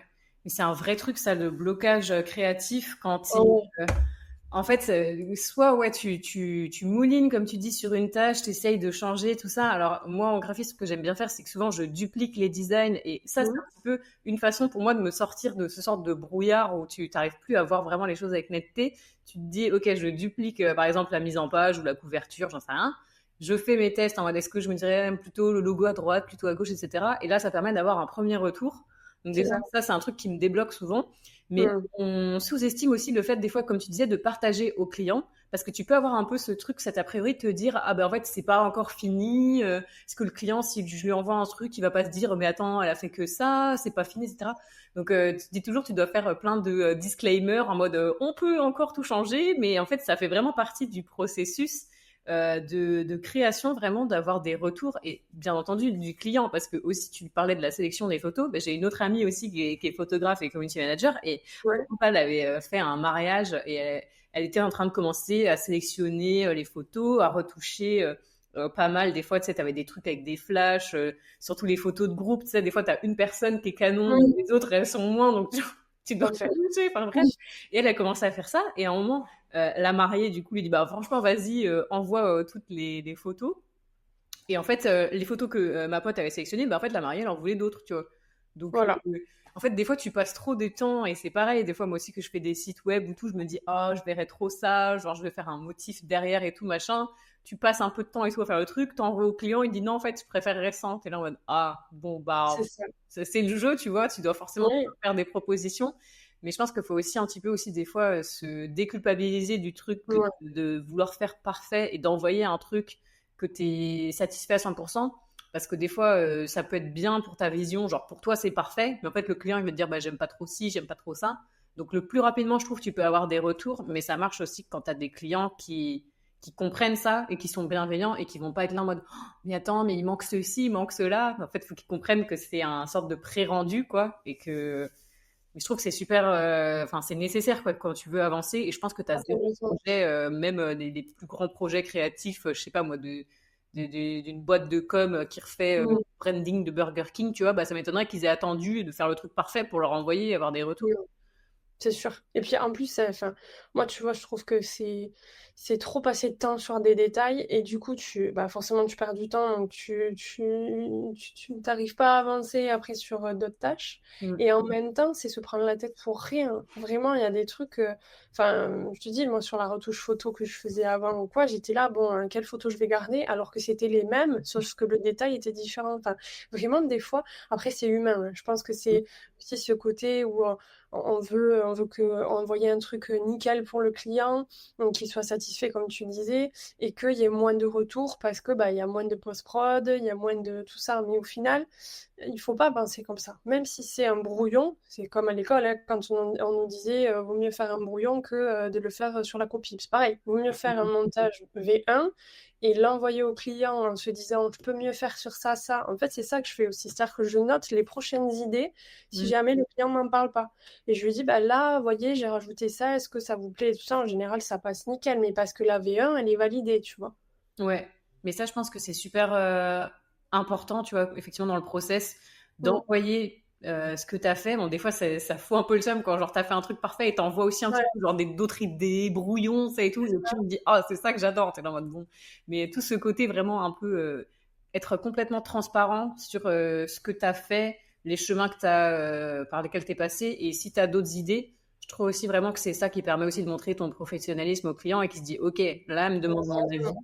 à cette étape-là de la production, mais elle a une vision pour ce qui va suivre, etc. Genre, parce que c'est sûr que bah, dans le milieu, je pense que tu peux tomber un petit peu sur tout et n'importe quoi en termes de prestataire. Donc en fait, si t'es pas guidé, tu peux rapidement, en tant que client, avoir des doutes et te dire, mais est-ce qu'elle sait vraiment où elle va, etc. Donc ouais, Exactement, oui, oui, expliquer, ouais, c'est bien. c'est ça. C'est pour ça que c'est important aussi, tu vois, de passer du temps. Alors, à l'appel découverte, forcément, moi, je passe aussi pas mal de temps à aussi expliquer aux clients comment je fonctionne, comment, voilà, je vais adapter ça à ça. C'est vraiment, je pense aussi, quand on est community manager, c'est du temps d'écoute Mm. du client. Parce que plus tu vas écouter le client, plus tu vas le comprendre, et moins aussi tu auras trop de doutes en tête en te disant est-ce que ça il va aimer, est-ce que ça, tout ça. Donc il y a aussi cette partie-là à développer quand moi je trouve, quand tu es dans le montage vidéo ou peu importe, ou dans la photo, mais plus tu passes de temps avec le client, plus tu le comprends et forcément après il va te dire ah mais c'est exactement ce que je voulais. En fait c'est pas parce que tu y es arrivé, c'est parce que tu as quand même fait un travail en amont qui est suffisant finalement. Ouais, parce que ce que tu vends aussi, in fine, bah, c'est de l'accompagnement, c'est des services. Exactement. Surtout que toi, tu es sur une niche, enfin, un domaine, en tout cas le community management, qui a quand même émergé il y a quelques années. Je veux dire, il y a 10 ans, en tout cas en France, c'était pas Non. si répandu que ça d'avoir des gens qui se disaient, voilà, je suis community manager. Donc, tu as pas mal ce truc un petit peu d'accompagner les gens. Et ouais, je sais pas. C'est quelque chose qui fait, ouais, tu dirais que les gens, c'est plus vers ça qu'ils se tournent. Enfin, ils attendent beaucoup de toi aussi de cette explication, compréhension des réseaux sociaux, où il y en a aussi, c'est vraiment juste en mode je veux des posts, je m'en fiche. Non, non, non, parce que même moi, tu vois, j'aime aussi dire aux clients, voilà, on n'est pas, ok, c'est une collaboration, je vais développer effectivement vos réseaux, mais il faut que vous preniez aussi plaisir à regarder ce que je fais. C'est-à-dire que je veux pas que ce soit juste, tu vois, des posts ou des vidéos, vous me validez, c'est bon, je le mets. Il faut aussi que vous imprégniez, que vous compreniez quand même un peu comment les réseaux fonctionnent. Et ça, je fais toujours un espèce de mini cours, tu vois, au client pour lui expliquer le fonctionnement d'Instagram. Ouais. Parce que souvent, c'est pas le cas, ils comprennent pas, ou alors, moi, tous mes clients, ça a été, de toute façon, moi, je comprends pas Instagram, je gère pas les réseaux, je sais pas ce qu'il faut faire. Déjà, de leur expliquer un petit peu quand même comment ça fonctionne, toi, ça montre ton expertise, ça montre que quand même t'es calé dans ton domaine, et en même temps, tu le rassures parce que, ben, en fait, finalement, ils se rendent compte que c'est pas si compliqué que ça. Mm. Et Ouais. donc, eux, il y a quand même, ça les aide aussi à se projeter et à se dire, ok, en fait, oui, il y a un réel potentiel. C'est un outil gratuit déjà, Instagram, à part bien sûr si tu sponsorises, etc. Mais il y a un réel potentiel finalement à ce que je travaille aussi avec un community manager, non pas parce qu'il va m'aider, parce que il y a eu à un moment donné aussi beaucoup de community managers qui essayaient de vendre de par le fait de dire vous gagnez du temps, moi je m'en occupe et vous gagnez du temps sur votre activité. C'est vrai, mais gagner du temps c'est bien, mais s'il peut gagner du temps dans le sens où il peut déjà comprendre aussi comment fonctionne l'application, là il gagne du temps aussi finalement. Mais c'est plutôt, moi je le verrais pas comme gagner du temps, c'est plutôt vraiment les accompagner. Moi pour moi c'est vraiment des accompagnements. euh, sur les réseaux sociaux et les accompagner aussi, bien sûr, à faire grandir leur activité. C'est plutôt, moi, je le vois pas un gain de temps, mais un accompagnement. Ok. Et tu as combien de clients du coup aujourd'hui actuellement? Est-ce que tu te dis aussi que au bout d'un certain nombre de clients, forcément cet accompagnement, bah, il commence à être, tu peux moins t'impliquer. Enfin, Mm. c'est quoi un petit peu ton numéro de clients, enfin un nombre de clients qui serait trop élevé, tu penses que tu pourrais plus gérer? Là, pour l'instant, du coup, je travaille avec 5 clients. Ok. Mais si tu veux, c'est des contrats différents. C'est-à-dire que moi, j'ai revu, tu vois, un petit peu comment je fonctionnais en termes de tarifs et de propositions de prestations. Moi, je voulais de toute façon, quand je me suis montée à mon compte, que je puisse travailler avec plein de clients. Ouais. Ceux qui voulaient, si tu veux, qui avaient le budget et ceux qui avaient moins de budget et donc trouver des solutions. En fait, pour moi, le but, c'est quand même que je travaille avec pas un maximum de clients, mais des clients que je peux aider, Mhm. même si c'est compliqué. Donc, j'ai créé, si tu veux, au début, je suis partie sur un pack. C'est-à-dire qu'au bout de 2 mois, j'ai mis en place les tarifs, etc. Je suis partie sur un pack. Et je voyais finalement que j'avais des propositions avec des clients mais qui n'avaient pas, voilà, financièrement, qui ne pouvaient pas. Donc, je réadaptais mes tarifs. Et puis, en fait, forcément, quand tu évolues, enfin, voilà, c'est forcément, tu gagnes une expérience, tu gagnes, toi, tu es plus à l'aise avec les clients, etc. Et puis, tu revois tes packs. Donc, aujourd'hui, je propose 3 packs différents. C'est-à-dire que j'ai un pack où c'est le client qui m'envoie le contenu. Ok. Donc, lui, ça lui permet aussi ben, d'être impliqué dans ce qu'il fait, mine de rien Mhm. et en même temps de m'envoyer ce qu'il préfère, ce qu'il veut mettre en avant. Et moi, je fais le montage, je publie, etc. Ça, c'est le premier pack. Le Ok. deuxième pack, c'est moi qui vais me déplacer chez le client. Typiquement, le client que je vais voir l'après-midi pour faire des vidéos et des photos. Donc là, j'inclus le matériel, j'inclus le temps passé, j'inclus les retouches, etc. Et le troisième pack, c'est un pack que j'aimerais développer, donc c'est uniquement que de la vidéo.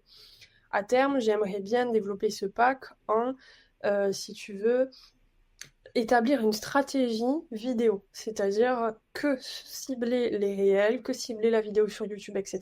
Et en faire vraiment, enfin dédier, si tu veux, à ce client-là, que des prestations de vidéo, que ce soit sur TikTok, que ce soit sur Instagram, avec le format adapté. Et en même temps, ce qui me plaît aussi, tu vois, c'est aussi scripter les vidéos, donc scripter aussi l'interview avec le client, etc. Ok. Ouais, bah ça, de toute façon, le truc des offres, je pense que c'est normal, ça évolue forcément.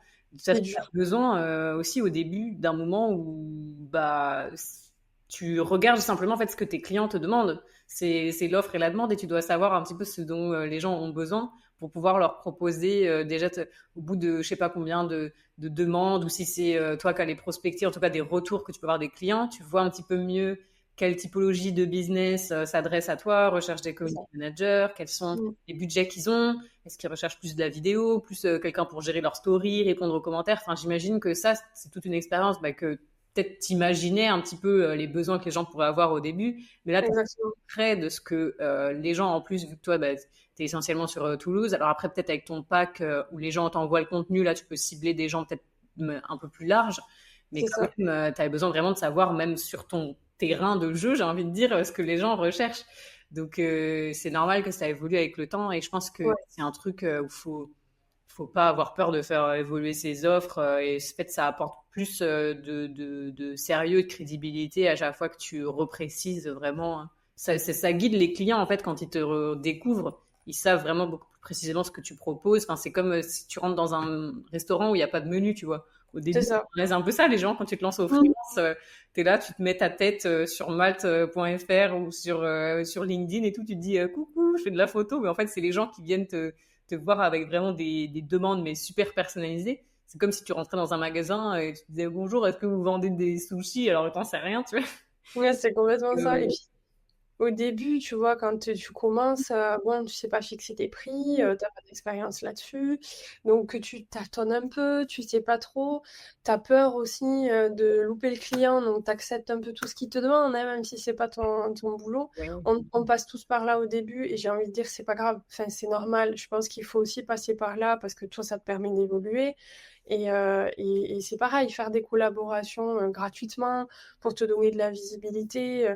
C'est aussi à faire. En fait, au début, quand on se lance, il faut pas avoir peur et absolument vouloir des clients, parce que plus tu veux des clients, plus tu vas te vendre et essayer de vendre tes services, c'est-à-dire vraiment vendre un truc, alors que le client, il veut pas forcément, tu vois, que tu lui vendes, il veut que tu l'expliques, il veut que tu l'accompagnes, il veut...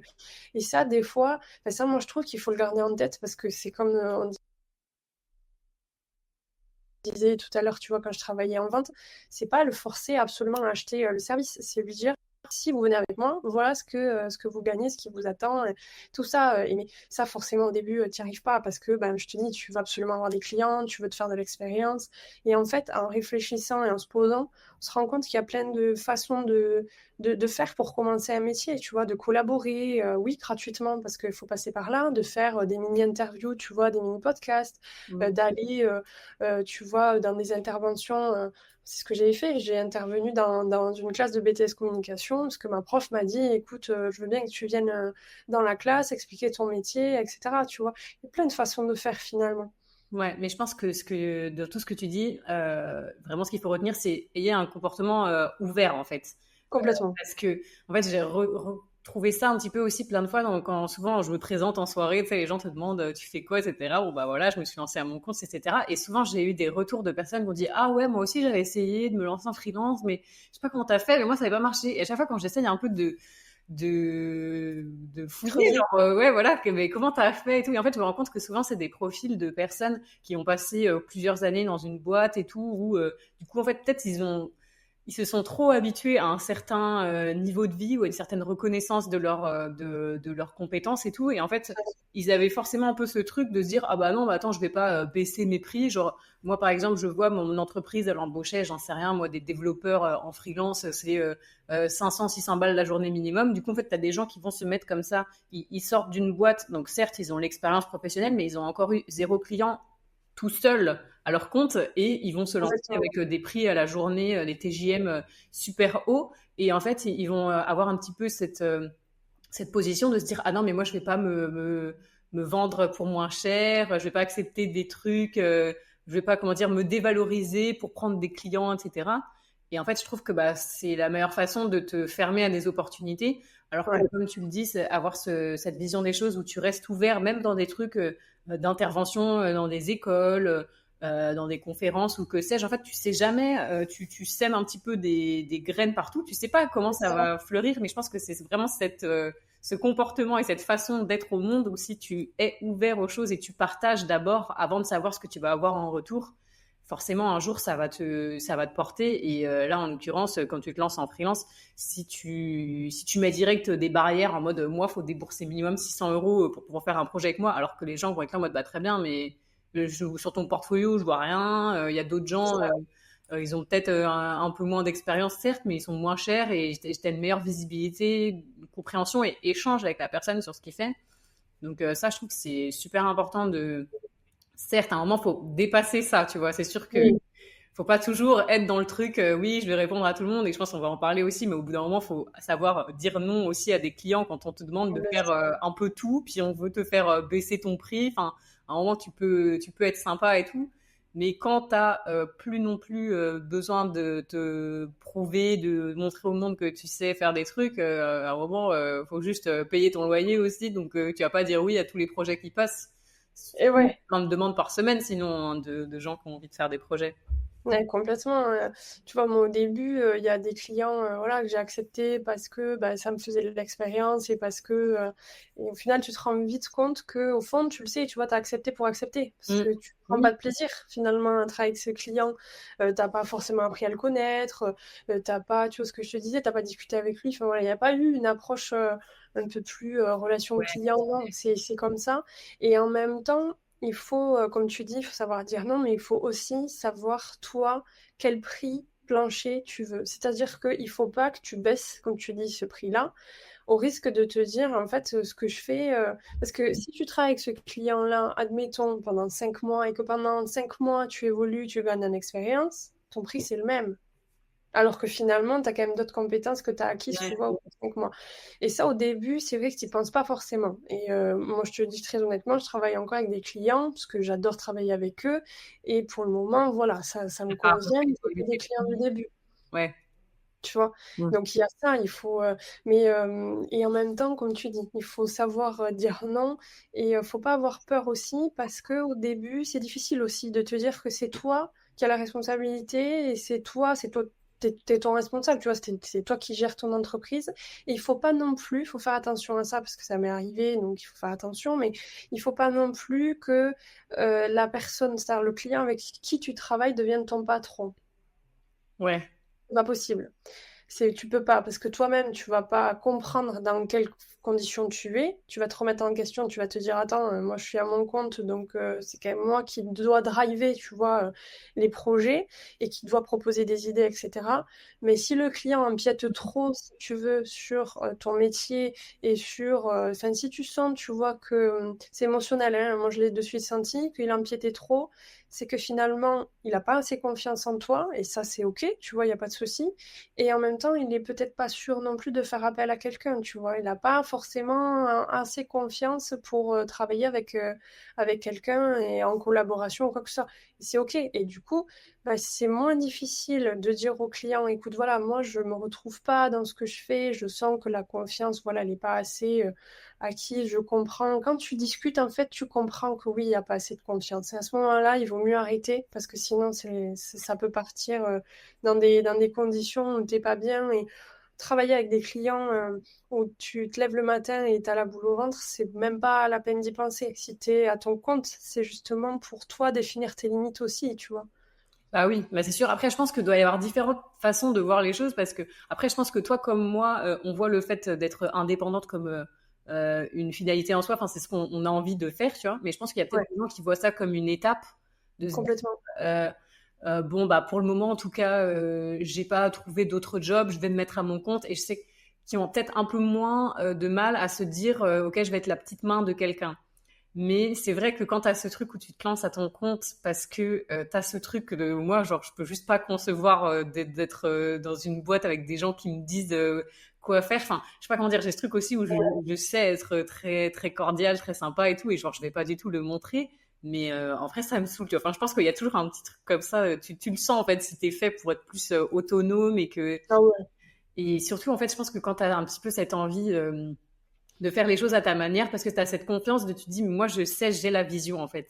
Je pense que c'est ça, quand tu as la propre vision complètement. de ton activité, bah, tu as beaucoup de mal effectivement à accepter qu'un client va te dire quoi faire et en fait va te prendre un peu pour un sbire. Mais après ça dépend, hein. Vraiment il y a des gens in fine où en fait bah, voilà, ils vont te demander des trucs très précis, te donner des instructions et tout, mais c'est aussi la façon de faire. Comme tu dis, le relationnel, il y a des gens où vraiment t'as l'impression qu'effectivement il n'y a pas de considération, qui sont là à se dire, enfin, t'as l'impression qu'ils choisissent vraiment le freelance un petit peu le moins cher pour pouvoir lui dire, vas-y, moi je t'envoie ci, tu fais ça, et pouvoir en fait un petit peu le traiter n'importe comment et gueuler dessus jusqu'à ce que ils reçoivent un truc qui est dans leur vision. Mais du coup, effectivement, t'es pas dans une relation de partage et on s'apporte Non. mutuellement des choses. Genre, bien Mm. entendu, in fine, le produit ou le service que je fais, c'est pour ton entreprise, toi, le client. Donc voilà, genre, j'attends que tu me donnes le contexte, que tu me donnes un petit peu tes envies, tes objectifs.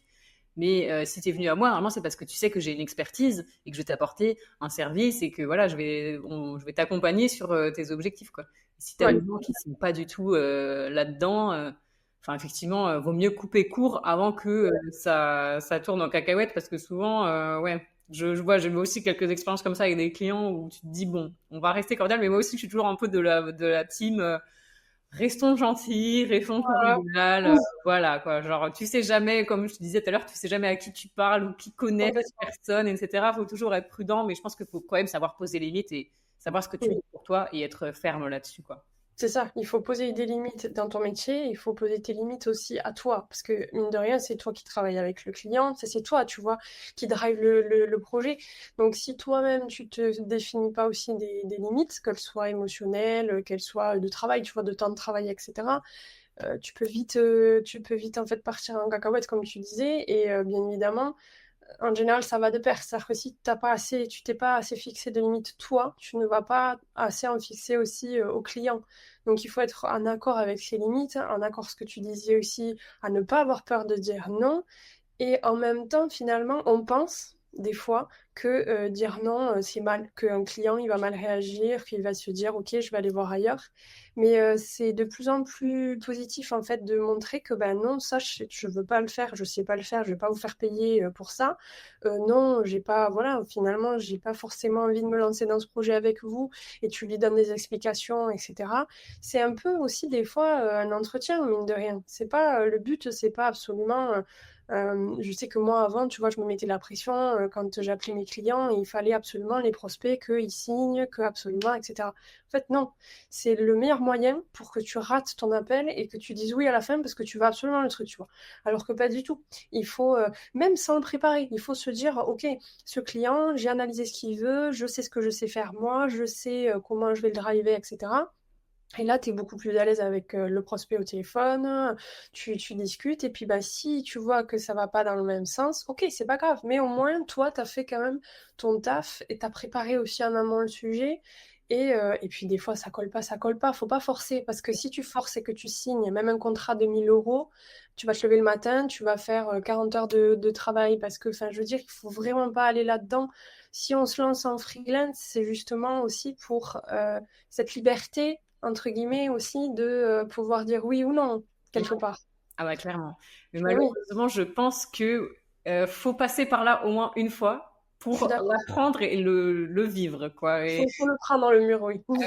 Une fois que tu l'as vécu, parce que forcément, voilà, il y a peut-être des gens qui nous écoutent, qui ont l'idée de se lancer en freelance et tout, ils se disent bon, c'est bon, j'ai tous les bons tips maintenant, j'ai écouté plein de vidéos, etc. Mais ce sera forcément quand tu le vivras dans ta chair et quand ton seum, quand tu auras le seum Complètement. jusque-là, que tu vas vraiment l'implémenter, tu vois. Mais je pense que C'est ça. vraiment, comme tu disais, ça se sent de ouf quand tu es en freelance et que tu as la dalle. Et que, genre, en fait, c'est là où tu peux le plus déboucher sur la situation qu'on parlait avant, où le client va savoir en fait qu'il peut un petit peu faire ce qu'il veut de toi parce que il est là en mode il sait que c'est toi qui l'a démarché, qui est venu vraiment le chercher. Il a peut-être négocié 3 fois ton prix à la baisse et tu disais oui, s'il te plaît, faisons le projet et tout. Bon bah C'est ça. en fait ça, lui ça le met dans un chemin déjà où il sait qu'il peut un petit peu faire ce qu'il veut de toi.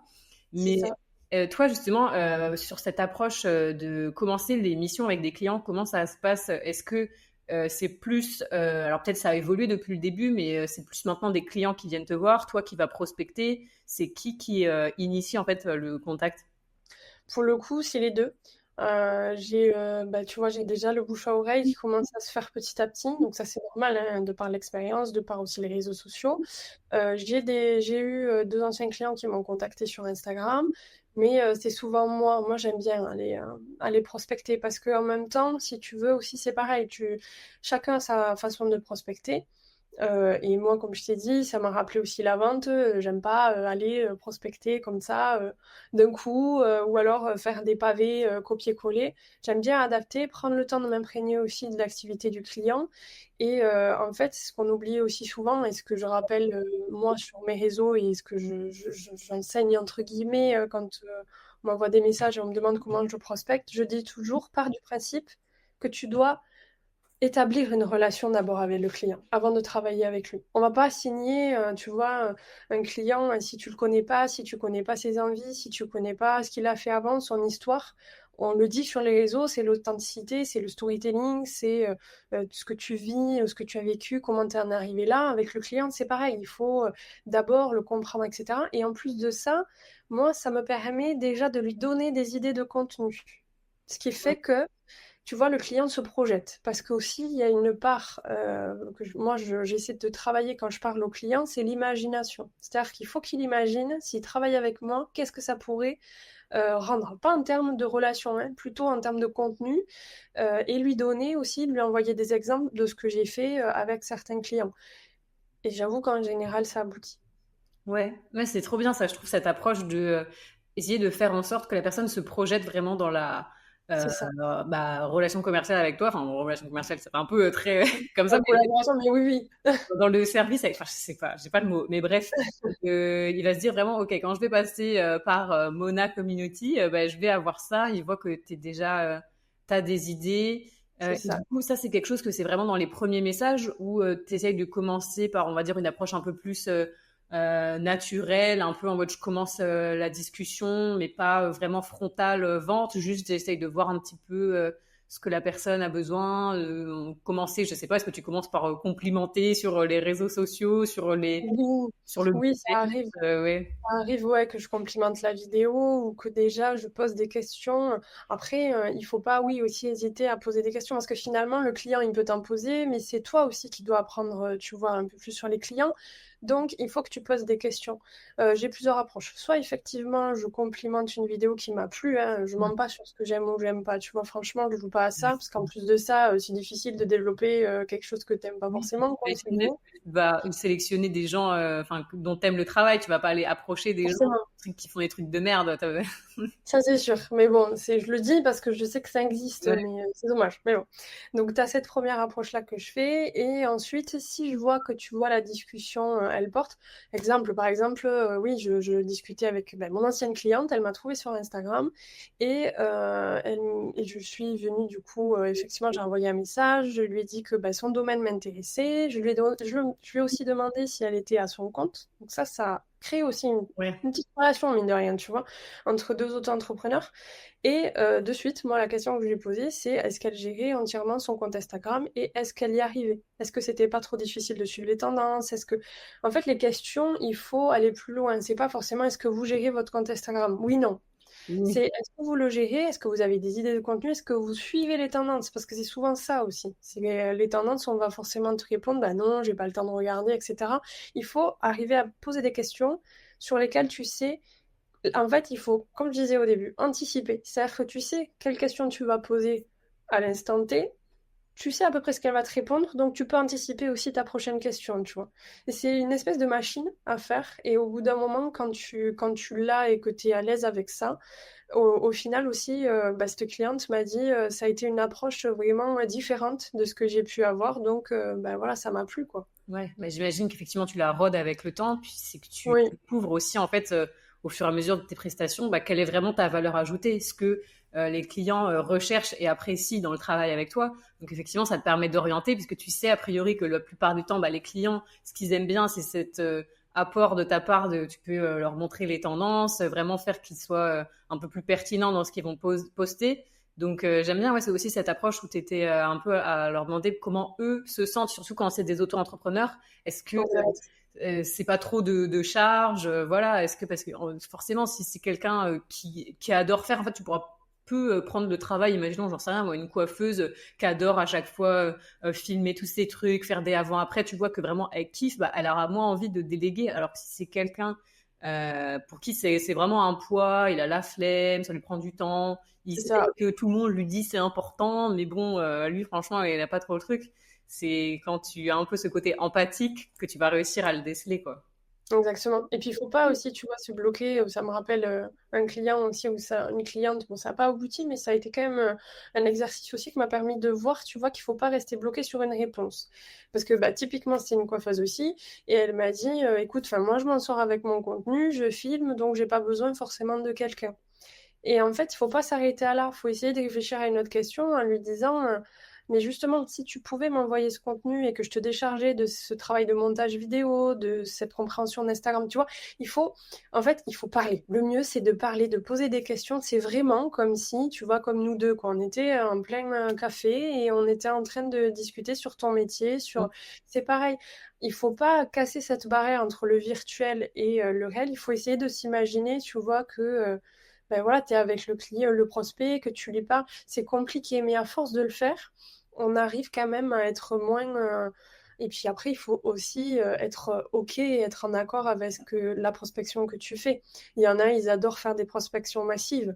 Il y en a, ils adorent faire des copier-coller et puis et envoyer un message comme ça. Moi-même, j'en reçois, tu vois. Mm. Mais pour moi, c'est pas une bonne approche. C'est pas comme ça. Et de toute façon, tout le monde, au bout d'un moment, va se rendre compte que bah, c'est du copier-coller, c'est pas personnalisé. Quand on dit un message personnalisé, c'est effectivement qui correspond à l'activité et qui va vers le prospect, vers le client. Mais tu as plein de façons d'aborder tes prospects, comme ça, finalement, même en discutant. S'il faut, tes amis qui sont finalement, qui sont même au courant, tu vois, de ce que tu fais, mais peut-être tu leur as pas forcément trop expliqué ce que tu faisais, les tarifs, etc.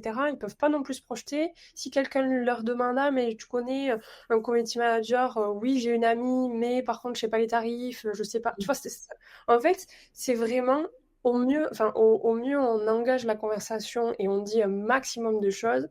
Et au plus, en fait, on peut aussi espérer collaborer avec le client, quoi. Ouais, c'est sûr. Bah, je pense que être le plus naturel, comme tu le disais, bah, c'est ce qui te permet Oui, d'avoir en fait ces petites subtilités que tu vas pas saisir si juste tu demandes aux gens de te remplir un formulaire. Là, effectivement, la nana en question coiffeuse, bah, t'aurais juste dit non, j'ai pas besoin. Alors qu'en fait, c'est ça. si toi, tu sais que tu peux proposer un service peut-être qui s'adapte plus à elle, etc., et que t'es vraiment dans le sur-mesure et dans l'échange et t'es pas dans un truc formaté, scripté, potentiellement, ok, peut-être tu vas perdre du temps. Effectivement, c'est sûr que si tu envoyais que des copier-coller, ça te prendrait moins de temps. Mais là, en même temps, je pense que ça t'enrichit aussi de ces discussions, même si elles aboutissent pas. Il y a toujours quelque chose à en tirer, alors que si tu envoies Mm. 500 copier-coller, tu vas juste apprendre que les gens, ça les fait chier. Bon, ça, tu le savais déjà. Euh, Ah oui.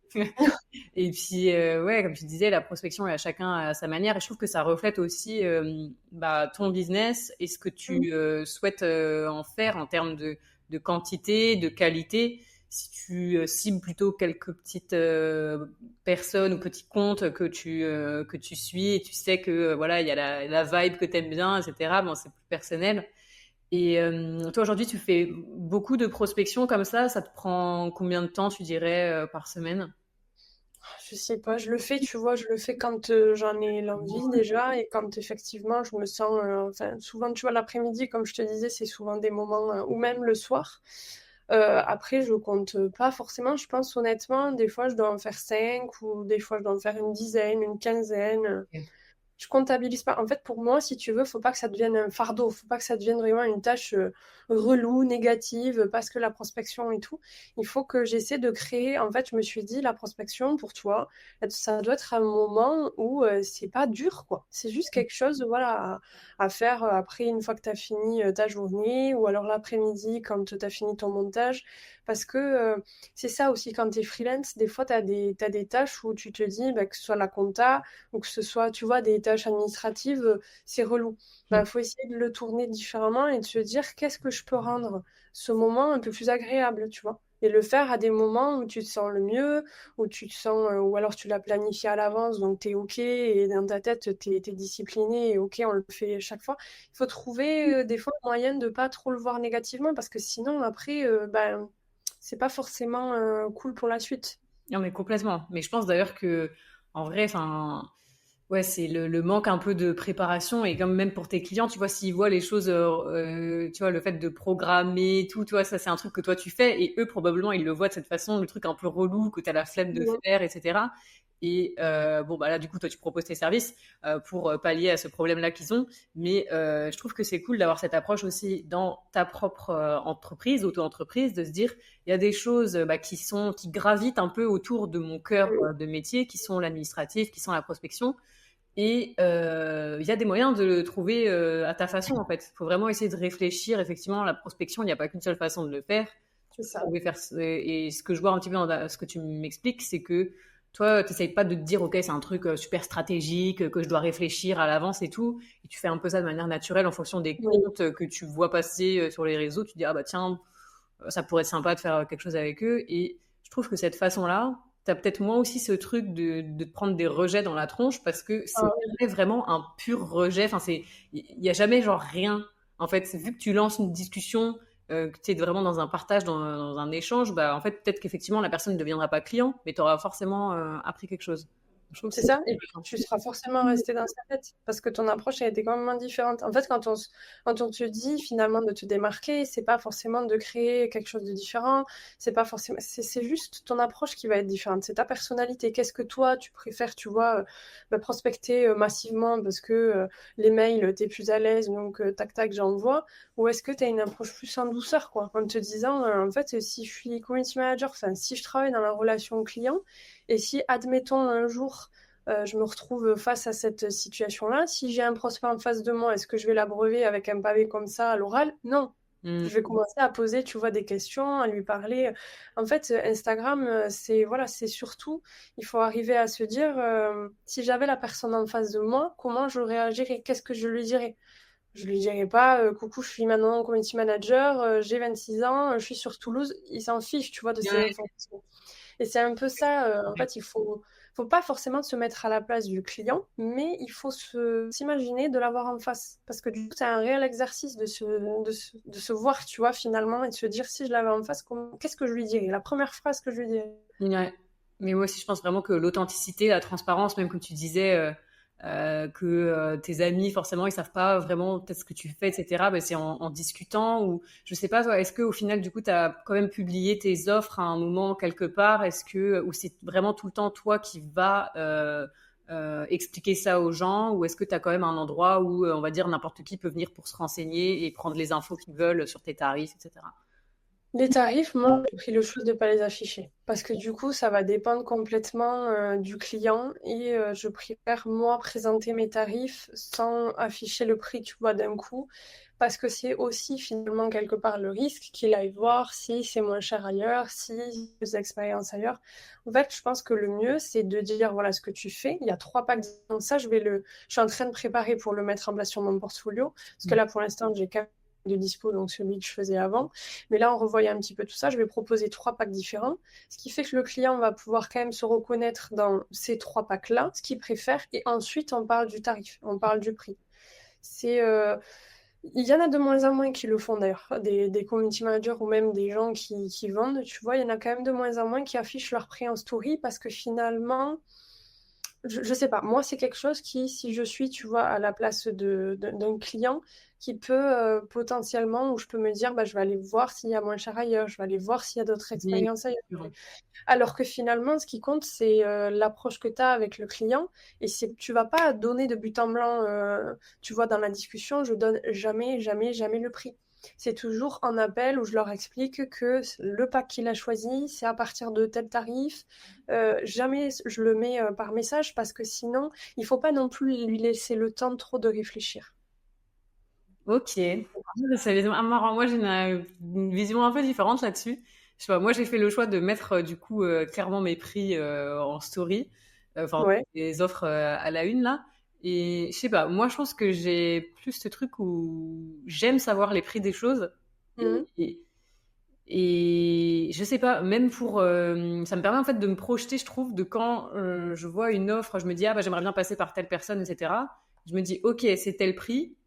Je sais pas, je pense qu'en fait ça dépend forcément des gens, mais moi je me suis dit de toute façon s'ils ont pas le budget, je vais pas, c'est pas le fait de leur dire ou pas le prix, ils vont pas s'inventer le budget. Moi en même temps je sais que en dessous de ça c'est pas rentable. Donc je me suis dit, au moins ça permet un petit peu que les gens aient la ref, parce que ce Ouais, qui me pose des problèmes, on parlait justement de la prospection. Moi, j'ai pas énormément fait de prospection jusqu'à présent. Là, c'est quelque chose sur lequel je vais me lancer. Mais souvent, c'est ouais, des gens qui viennent me demander, soit parce qu'ils ont vu mon compte sur les réseaux, ou sur Malte, ils ont vu passer mon profil, etc. Et ils viennent du coup avec leur projet. Mais en fait, le truc, c'est oui, si tu fais des prix.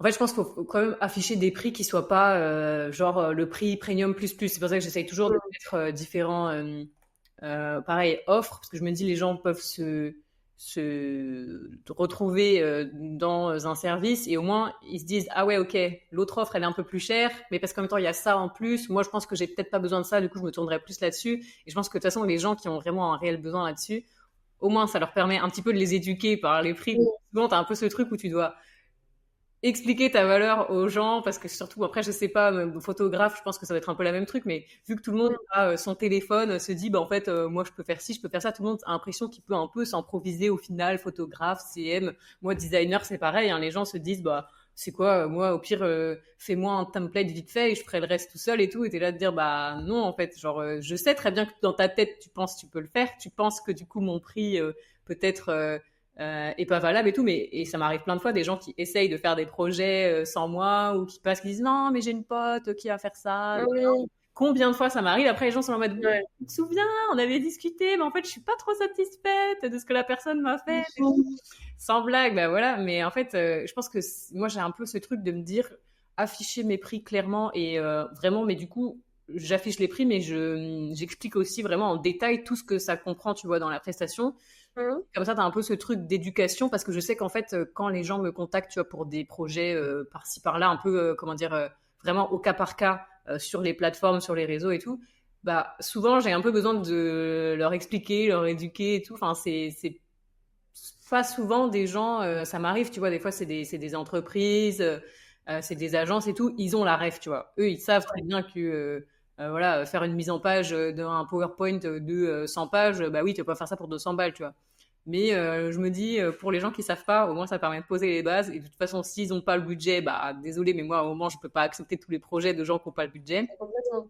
Et s'ils veulent vraiment, c'est ça aussi où j'allais venir, les gens qui ont vraiment besoin, ils savent toujours négocier. Et je me dis, si jamais il y a des gens, au moins, tu vois, c'est moi qui pose les tarifs en premier. Et après, voilà, imaginons que tu peux me parler de toutes tes circonstances et tout. Je verrai si j'ai envie d'accepter pour moins cher ou quoi. Mais je pense que c'est voilà, c'est un peu chacun fait Ouais, à mais ça se sa façon. tient aussi, hein. Franchement, enfin, ce que tu dis, ça se tient complètement, hein. Mm. C'est des façons différentes, je pense, de faire. Et puis, Oui.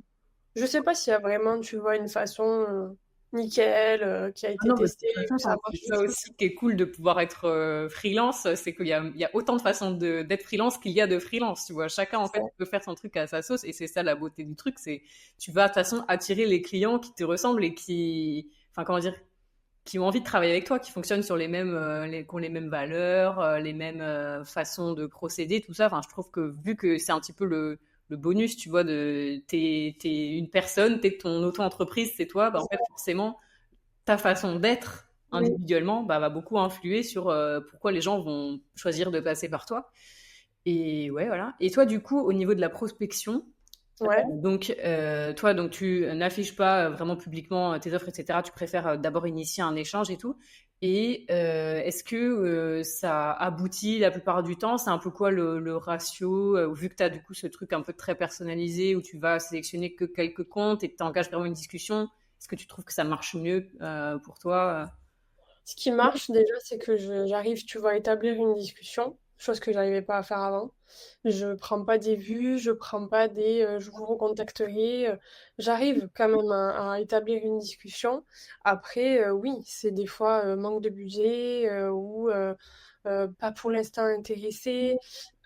Ou des fois, voilà, ça arrive où il n'y a pas de réponse et où c'est des comptes qui, tu vois, sont tellement pas mis à jour qu'à mon avis, il n'y a plus personne Ouais. dessus, ou des trucs comme ça. En fait, ouais, franchement, ça dépend, mais je trouve que mon approche fait que quand même, et en plus pour moi, tu vois, même toi qui prospecte, qui donne ton énergie finalement là-dedans, c'est quand même aussi assez. bah, gratifiant de pas se prendre de vue. Ah non, c'est sûr, hein. C'est sûr, c'est sûr. Mais du coup, ça t'est arrivé quand même, j'imagine, plusieurs fois que des clients que comme ça tu prospectes, bingo, ils avaient besoin de toi, ils avaient un projet en tête et du coup, ça se finalise directement. T'as eu un petit peu cette situation parfaite où tu contactes la personne et ça aboutit dans un projet. Ouais, oui, oui, j'ai eu enfin, cette situation, je l'ai eu du coup avec mon ancienne cliente qui m'avait directement contacté sur Instagram. Et sinon, non, je crois pas. Je crois pas que ce soit ça s'est concrétisé sur Instagram. Là, vraiment, les derniers clients que j'ai eus et ceux qui vont arriver, c'est réseau et bouche à oreille. Ok. Donc toi, pour le moment, ouais, tes clients, c'est plus réseau bouche à oreille que Ouais. prospection pour le moment. Ok, ok. Et du coup, là, en termes de... Donc, ça fait 7 mois que tu t'es lancé. Est-ce que tu dirais que tu as atteint un peu tes objectifs en termes de nombre de clients, chiffre d'affaires, tout ça? Ou est-ce que tu as encore des objectifs, des stratégies? C'est quoi un petit peu tes envies pour les prochains mois sur ton activité? Euh, non, pour moi, j'ai pas encore atteint les objectifs, mais c'est normal. Franchement, c'est normal. Il y a eu beaucoup de choses. Il faut revoir les tarifs. Il faut revoir aussi. Il faut ce temps pour se mettre en place soi-même, mettre en place aussi, tu vois, plein de choses. En fait, monter en compétences, monter en connaissances, tout ça, ça prend du temps. Après, mes objectifs clients, vraiment, vu que j'aimerais bien quand même développer ce côté un peu vidéo. Je pourrais, franchement, à l'avenir, garder mes clients, effectivement, les 5 que j'ai là, parce que ça se passe très très bien, et avoir deux trois clients de plus pour la vidéo ou pour... moi, je pense bien entre 6 7 peut-être clients en fonction des contrats. Et en même temps, oui, forcément, après, financièrement, il y a des objectifs. Mais faut pas trop se mettre la pression, même si on a envie un peu de se la mettre, et c'est normal. Oui. Bah, c'est ça aussi, je trouve, qui est avec notre époque là, j'ai l'impression que tu as plein de gens qui se lancent en freelance sur les réseaux et des fois tu sais Ah pas oui. trop est-ce que tu dois c'est pour ça que j'ai un peu lancé aussi ce podcast, c'était de se dire d'avoir une vision un peu plus authentique loin des illusions un peu et des artifices des réseaux sociaux parce que des fois tu sais, tu peux facilement te foutre la pression, te dire mais attends, mais telle personne elle a commencé il y a 3 mois, elle dit déjà qu'elle a tel chiffre d'affaires, voilà, elle a des clients qui tombent comme par magie, etc. Alors qu'en vrai, bon, moi, mon expérience n'a pas tellement été ça. J'imagine que non plus. Tu passes par une phase de construction où voilà, tu dois mettre en place tes offres, ta communication, comment tu veux aller chercher les clients, est-ce que c'est eux qui viennent à toi, j'en sais rien, ton site web, tes réseaux. Enfin, il y a un plat de petites bribes comme ça à mettre en place qui vont au fur et à mesure construire ton expérience, ton image publique, etc. Et enfin là, si tu t'es lancé il y a 7 mois, je veux dire, c'est déjà incroyable Oui. d'avoir 5 clients. Mais du coup, toi, c'est des clients récurrents que tu as. Ouais, mensuel. C'est cool. Je veux dire, c'est Mm. des forfaits, tu sais, qui tombent tous les mois. Enfin, ça fait déjà un petit peu une question, un doute à s'enlever. Tu vois, de te dire, est-ce que je vais avoir des clients ce mois-ci? Là, tu as des clients du coup au forfait, donc ça, c'est cool. Mais ouais, donc dans les prochains mois, en tout cas, on peut te souhaiter d'avoir plus de clientes, un peu plus tournées vidéo, comme ça te fait des packs Mm. un peu plus élevés, on va dire, Ouais. premium. Ok. Et toi, comment t'imagines un petit peu ton auto-entreprise parfaite? C'est quoi? C'est ça, c'est vraiment d'avoir ces 7 clients. T'aimerais à un moment peut-être déléguer? Est-ce que t'as cette envie un petit peu de construire un gros truc, une agence, où tu te dis non, t'es bien à Ouais. rester à ton niveau? C'est quoi tes envies à ce niveau-là? C'est effectivement, tu vois, à plus tard, de pouvoir créer ouais, une agence ou une espèce de studio de production pour aussi permettre aux autres freelance, comme donc que ce soit des graphistes, que ce soit des vidéastes, tu vois, effectivement de pouvoir ben, aussi voir d'autres choses et rentrer travailler avec des clients d'autres domaines d'activité et en même temps faire valoir ses services, quoi. Et après aussi, peut-être potentiellement l'année prochaine, proposer des coachings, parce que finalement, j'en ai fait quelques-uns et ça a très bien fonctionné et j'aime beaucoup en faire. Et moi, ça me permet aussi, tu vois, de voir mes acquis aussi finalement et de voir les compétences que je gagne. Et après, sinon, oui, dans l'idéal, avoir avoir des clients d'autres domaines d'activité. Parce que moi, c'est ça qui m'enrichit aussi. C'est de toucher un peu à plein de domaines d'activité. Tu vois, je travaille avec deux ranchs. Ensuite, je travaille avec du coup aussi mon père qui tient une boutique de cigarettes électroniques en Aveyron. Je travaille avec un auto-entrepreneur qui construit des portes blindées. Et le client, du coup, dans la food. Ok. À Toulouse. Donc oui, oui, non, j'aime varier ce secteur, tu vois. Et là, bah, dernièrement, j'ai signé, entre guillemets, un partenariat avec une agence de site internet qui va potentiellement aussi me rapporter des clients. Et donc, c'est cool, ça prend petit à petit. Et, donc, c'est pour ça que plus tard, effectivement, j'aimerais bien quand même, après, manager une petite équipe, ça me plaît. Ah ouais, c'est cool. Bah, moi aussi, je suis un peu dans cette optique et je Ouais, trouve ouais, que tu peux avoir un petit peu deux profils comme ça de freelance. Moi, j'aime bien aussi, comme tu disais, la diversité des clients, des projets. ouais, Et c'est ça aussi, en vrai, qui me motive et qui me tient un peu éveillée aussi parce que tu te mets toujours dans une situation où bah, tu dois un petit peu apprendre bah, de l'environnement, faire quelque chose qui convient à tel secteur, etc. Et je trouve que bah, déjà, c'est super enrichissant. Ça te permet de te maintenir un petit peu aussi tout le temps à l'alerte, de pas te reposer sur tes acquis en mode oui, alors moi je fais des sites web pour, j'en sais rien moi, des VPN et puis point barre, tu vois, ok, t'es super spécialisé, mais du coup, tu peux un peu plus facilement te faire chier, quoi. Et, exactement. et moi, je pense qu'on pose des questions parce que tu as souvent un peu cette stratégie. J'en ai discuté avec des gens, tu sais, qui lancent un petit peu leur compte sur LinkedIn et tout machin, qui me disent, bah alors faut être super niché, faut que tu sois genre l'experte tel domaine et tout pour pouvoir percer. Et à chaque fois, moi, j'ai un peu ce truc de me dire, ah, mais moi, quand même, j'aime bien, tu vois, la diversité. Tu vois, des fois, je peux faire des sites web, je peux faire des applications mobiles, enfin, des trucs complètement différents.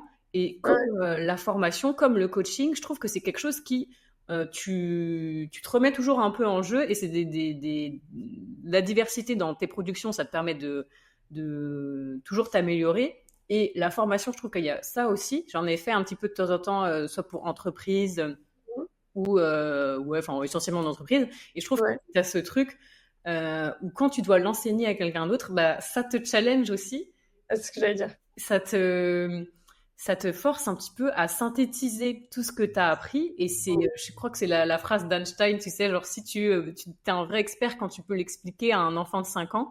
Et je trouve que bah, c'est vraiment un petit peu le summum de Ouais. maîtriser tes compétences quand tu es capable de les transmettre à quelqu'un d'autre. Alors, c'est pas forcément évident au début. Mais toi, du coup, tu faisais des sessions de coaching avec d'autres freelances, c'est ça? Que tu essayais de leur expliquer? Non, c'est juste des freelances, tu vois, qui étaient un peu bloqués, avec qui je discutais. Et en fait, voilà, prendre 1 heure, 2 heures pour les aider avec bah, toi, en parlant de ton parcours, etc. C'était pas forcément un coaching, tu vois, parce que finalement, c'était plus de l'entraide. En même temps, elles me disaient qu'elles avaient l'impression d'être coachées, ben, c'est normal, forcément. Mais moi, pour moi, c'était plutôt de l'entraide. Et quand j'ai eu lancé cet été, effectivement, le jeu concours, tu vois, où tu pouvais gagner 2 heures de coaching, pareil, quand je l'ai fait avec cette personne, elle m'a exactement dit la même chose. Elle m'a dit, j'ai l'impression d'avoir vraiment tout appris, plus que si j'étais allée moi-même regarder ailleurs. Et puis même la façon dont j'avais de lui dire, elle me disait, on sent que t'es passionné, on sent que t'aimes apprendre aux autres. Et en fait, finalement, oui, plus tu en fais, plus tu te rends compte que oui, t'aimes apprendre aux autres aussi, ouais. Mm. Puis surtout, quand tu es de l'autre côté, où tu cherches un petit peu les infos, les tips, les conseils et tout pour te lancer à ton compte, Ouais, je pense que ça a beaucoup plus de poids d'être face à quelqu'un qui te le dit, qui te regarde dans les yeux, qui te dit, moi j'ai fait ça, c'est ça. j'ai essayé. Genre, à un moment, tu vas avoir envie de te disperser, de faire plein de trucs et tout. Enfin bref, tu vois, mais tu donnes vraiment des conseils qui sont basés sur ta propre expérience. Ça a forcément plus d'impact pour quelqu'un qui va beaucoup plus le retenir que si il a demandé à ChatGPT, dis-moi ce qu'il faut faire pour se lancer dans l'entrepreneuriat, tu vois. Donc, tu as ce Complètement. truc-là qui est une valeur ajoutée, tu vois, qui est forcément fait que bah, ça peut être aussi quelque chose, du coup, à monétiser. Toi, c'est quelque chose que tu as envie de proposer comme une prestation au moment où tu vois Ouais, ça comme de. Enfin, ça a commencé ouais, ouais. de l'entraide, mais en vrai, enfin bon, j'ai un peu l'impression c'est ce qui se passe à chaque fois que tu as une freelance un peu plus lancée qui discute avec quelqu'un qui vient juste de se lancer ou qui veut se lancer. Moi, ça m'est arrivé plein de fois aussi. Ouais, bah oui, forcément, tu vois, puis, c'est normal. Mais oui, à terme, oui, je pense que je proposerai des coachings, ouais. Ouais, ouais. Même, pas forcément, tu vois, je veux dire vraiment un truc très travaillé où il y a un diapo. Non, c'est vraiment plus coaché par rapport à la situation, sur quoi tu bloques, sur quoi tu veux Mmh. développer ton compte aujourd'hui. C'est plus dans ce sens-là. Mais tu vois, les 3 coachings que j'ai faits, oui, ça a été souvent comment trouver des clients parce que c'est au cœur de... Mmh. Quand tu es freelance, c'est le truc le plus compliqué, surtout quand tu te lances. Et c'est vrai que du coup, moi, quand je dis que ça fait, comme tu dis, 7 mois que je suis lancée et que j'ai, grâce au réseau, hein, au bouche à oreille et un petit peu de prospection aussi, mais quand même, on va pas se mentir, c'est beaucoup de réseau. Quand j'ai 5 clients, c'est sûr que forcément, quand tu dis pas que ça vient de la prospection, on te demande, mais comment tu as fait pour trouver des clients? Mmh. C'est la question que tous les freelances se posent et te posent sur les réseaux sociaux quand tu te lances. Ça, enfin, c'est vraiment obligatoire, quoi. Tu peux pas y échapper à cette question. Ouais. Mais c'est ouf, moi je m'en rends de plus en plus compte quand je parle à des amis qui se lancent ou les retours que je peux avoir un petit peu suite à mon podcast, j'ai l'impression que c'est effectivement pas du tout évident pour grand monde, Ouais. alors que pourtant il n'y a jamais eu autant de freelance, j'ai l'impression, et moi je sais pas, j'ai pas eu énormément, alors pourtant quand je me lançais, enfin tous les clients que j'ai eus, c'était zéro de réseau, quoi. Enfin, j'ai eu peut-être des gens au début vite fait, mais c'est pas eux après énormément qui m'ont recommandé. C'est vraiment les gens Ouais. qui m'ont trouvé sur Internet, qui m'ont recommandé ensuite à d'autres personnes. C'est pas tant le bouche à oreille, parce que à moins d'être directement, d'avoir dans ton entourage plein d'entrepreneurs, plein de Ah oui, bon, mais c'est pas forcément, on n'est pas tous forcément dans cet environnement, tu vois. Moi, ça devait pas être trop ça, mais ouais, je trouve que t'as vraiment plein de gens qui recherchent ces infos-là, donc. Et surtout, comme tu disais, un peu ce côté accompagnement, plus que c'est ça. l'expliquer, la théorie. Parce qu'en fait, les gens, ouais, ils ont chacun leurs problématiques personnelles et pouvoir leur apporter un accompagnement personnalisé, je pense que c'est ce qui est le plus de valeur. Ah oui, complètement. Mm. Ok, donc voilà, un peu de formation, de coaching de ton côté. Mm. Et puis, bah, écoute, le côté agence, j'espère que ça va se développer, mais je trouve que ce truc vraiment de mutualiser un peu les compétences de plusieurs freelances. Et comme tu disais, en fait, c'est surtout, parce que moi aussi, j'avais un peu ce truc de me dire, bah, j'ai envie de lancer mon agence, et j'ai un peu commencé à brander vraiment tout ce que je fais sous le nom, voilà, Frappe Design, voilà, je veux vraiment que ça devienne une agence. Et parce qu'en fait, c'est vrai que tu te rends compte que ce qui est le plus dur, c'est l'accès aux clients.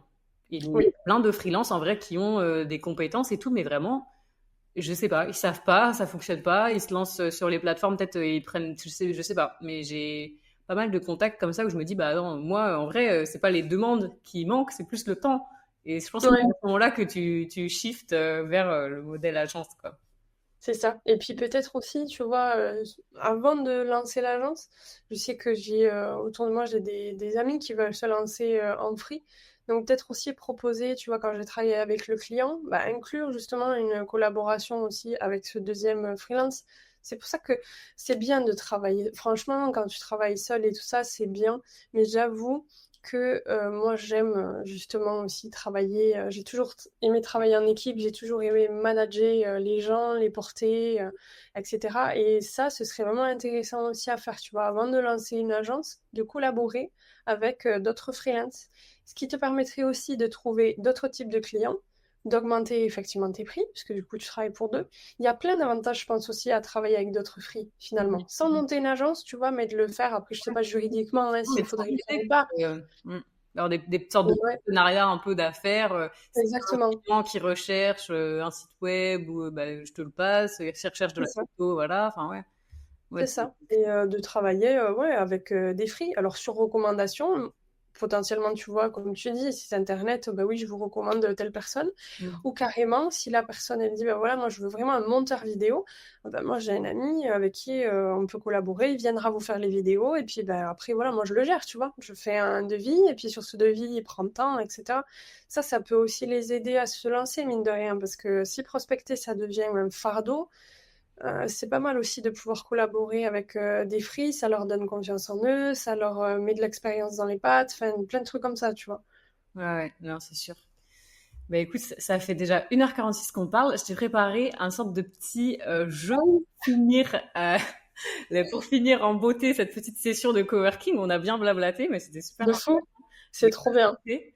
Franchement, je suis sûre que ça va intéresser plein de gens qui soit se sont déjà lancés ou imaginent se lancer dans quelques années. Ouais, j'espère. Ouais, non, ça va être cool. Mais alors, un petit, t'es plutôt ceci ou cela? Ok, T'es plutôt Photoshop ou CapCut? Photoshop. C'est vrai? Ok. Ouais. Vu ce qu'on disait sur CapCut tout à l'heure, je me serais dit. Ouais, mais en fait, finalement, je le touche depuis trop longtemps et j'ai trop aimé travailler dessus. Donc, finalement, non, à côté, pour l'instant, Photoshop. Après, dans quelques années, peut-être CapCut. Ok. Là, c'est la question qui fâche. T'es plutôt photographe ou CM? Alors, je dirais CM. Ok. T'es plutôt iPad ou Mac pour travailler? Enfin, iPad ou. Enfin, t'as capté. Tablette ou Ouais. PC? Putain, je travaille sur les deux, mais je dirais Mac quand même. Ok. Mm. T'es plutôt méticuleuse ou freestyle? Méticuleuse. Ça se ressent. Freelance ou agence? Pour le moment. Pour mon freelance. Ouais. Mais agence. Mais agence plus tard. Plutôt appel ou email? Appel, carrément. Ok. Introverti ou social? Sociable. Ça compte si je dis ambiverti? Ah oui, mais en plus, voilà, on va en parler, ça fait partie des sujets que toi, que t'aimes beaucoup développer sur ton compte. Oui. Ouais. Ça dépend des situations, alors, du coup. Ça dépend des situations, mais effectivement, je pense que je suis ambivertie. Après, oui, ça dépend des situations, parce qu'il y a des moments où j'ai besoin d'être dans ma bulle et je suis beaucoup plus introvertie, et des moments où paf, je suis très sociable, j'adore parler avec les gens. Hmm. Donc plutôt, ouais, moi je dirais ambivertie. Ok. Bah, écoute, très bonne réponse. T'es plutôt solitaire ou équipe? Difficile à répondre ça. Moi je dirais solitaire, parce que j'avance beaucoup plus vite. Hmm. Mais je pense qu'en fait, c'est un petit peu ce truc des profils créatifs où t'as quand même Mm, beaucoup besoin de ces moments d'introspection. exactement. Et c'est un peu comme la question bah, sur voilà, introverti ou pas. En fait, bah, t'en as forcément besoin pour avancer, pour créer, quoi. Exactement. Tu as besoin ouais, de te retrouver avec ta créativité toi-même et pas avoir quelque chose à côté, tu vois, ou Mhm. c'est non, c'est vrai, je te rejoins. C'est les profils très créatifs, ils ont besoin absolument de leur bulle à un moment donné pour avancer, pour trouver des idées et pour être en fait au mieux, enfin au moins tu as de dispersion, de gens qui te disent fais ci, fais ça, etc. Parce que moi ça a été le cas, tu vois, dans mon ancien travail, c'était ça le problème, j'avançais pas sur mes projets, j'y arrivais pas parce que j'avais un collègue qui me disait ah notre B ou notre C. Au final, je me rendais compte que ce que je faisais, c'était bon parce que je les écoutais pas. Et Mhm. en fait, ça te ralentit de malade, quoi. Donc, oui, solitaire parce qu'il faut avoir ces moments, mais après, sur des gros projets, en équipe, parce que c'est le meilleur truc. Ouais, en fait, c'est quand chacun a trouvé bien sa place et que t'as pas des gens qui viennent te faire des retours un peu C'est ça. intempestifs, on va le dire. Ouais, Exactement. c'est ça qu'il faut trouver l'équilibre. T'es plutôt productive le matin ou le soir? On a Ah déjà bah, le matin, du coup. le matin. Ok, bah Ouais, bon. le matin. Là aussi, on vient d'en discuter longuement, mais t'es plutôt tu démarches ou t'attends qu'on te sollicite? Ouais, je démarche. Ouais. Et petite question que j'aime bien savoir aussi, quand tu travailles, est-ce que tu as besoin à chaque fois genre d'écouter de la musique, un podcast, Ah ou oui. tu préfères le Ah silence? oui. Ah oui, mais d'ailleurs, je pense que depuis le BTS, je travaille en musique. Il y avait même des fois où je demandais aux profs de pouvoir écouter de la musique. C'est pour moi la musique, c'est déjà je suis musicienne et je sors d'une famille de musiciens, donc c'est toute ma vie. Mais c'est aussi moi mon cerveau, il en a besoin. C'est ma dopamine, moi la musique. C'est quelque chose qu'il me faut absolument. Et pour toutes les tâches, ou il y en a certaines où tu peux pas parce que ça te déconcentre trop? Moi, je sais que j'ai un peu ça. Ouais, c'est vrai. C'est vrai que ça dépend des tâches. Par exemple, le montage vidéo, surtout pas, parce que entre caler la musique et tout ça, Ok. tu vois, non. Mais sur des tâches où, en fait, c'est souvent, tu vois, ceux qui sont un peu, comme tu dis, côté créatif et tout ça, on va être beaucoup plus sur des tâches focus et redondante, du style planification, du style chat GPT, du style tout ça, il nous faut quand même un peu de musique parce que du coup, moi je trouve que ça m'ambiance un peu, ça dynamise en fait le truc et la tâche. Mais par contre, tout ce qui va être retouche photo ou création de vidéos, il faut être assez concentré. Donc ouais, on va éviter la musique. Ou Mhm. alors des musiques chill, ça dépend. Ouais. Ouais, moi aussi, je change beaucoup. Franchement, des fois, j'ai des Ouais, playlists que j'écoute pendant une semaine, 2 semaines, et après, c'est plus possible. Après, je passe au podcast. Enfin bon, ça varie souvent, mais des fois, c'est je ça. trouve que tu as besoin un peu de cette petite motivation supplémentaire surtout dans des tâches un peu où j'ai un peu la flemme, je me dis, allez, je me mets un petit podcast en même Ah temps. ouais, ok. Moi, je suis d'accord. Je suis comme ça aussi, ouais. Mm. Mm. C'est plutôt, t'aimes travailler à ton bureau ou dans des cafés à l'extérieur? Dans mon bureau. Ok, ok. Si tu étais une personne qui t'a motivé à faire ce que tu fais aujourd'hui? J'hésite entre deux. Il a encore question. J'aime bien qu'on ne pose pas les questions parce que C'est dur. En fait, je dirais que déjà, c'est mon père, parce que c'est aujourd'hui, c'est quelqu'un qui a son compte aussi, tu vois, et c'est depuis le début aussi, mes parents me suivent dans mes projets et tout, et ils m'ont énormément motivée. Ils ont compris que j'avais besoin aussi d'être seule, d'être du coup à mon compte. Mhm. Et je dirais aussi que c'est probablement ma prof de communication avec qui j'ai beaucoup, beaucoup discuté. Et en fait, comme elle, à l'époque, du coup, enfin, toujours, c'est le cas, elle est aussi en profession, du coup, libérale, elle est aussi à son compte. Ça m'a quand même un petit peu donné l'envie parce que, tu vois, c'est resté dans un coin de ma tête jusqu'à maintenant. Et je pense que, oui, elle m'a beaucoup, beaucoup motivée. Et surtout, elle a vu juste, en fait, finalement. Elle a bien... on avait quand même beaucoup de similitudes aussi, hein. Elle avait arrêté les études assez tôt.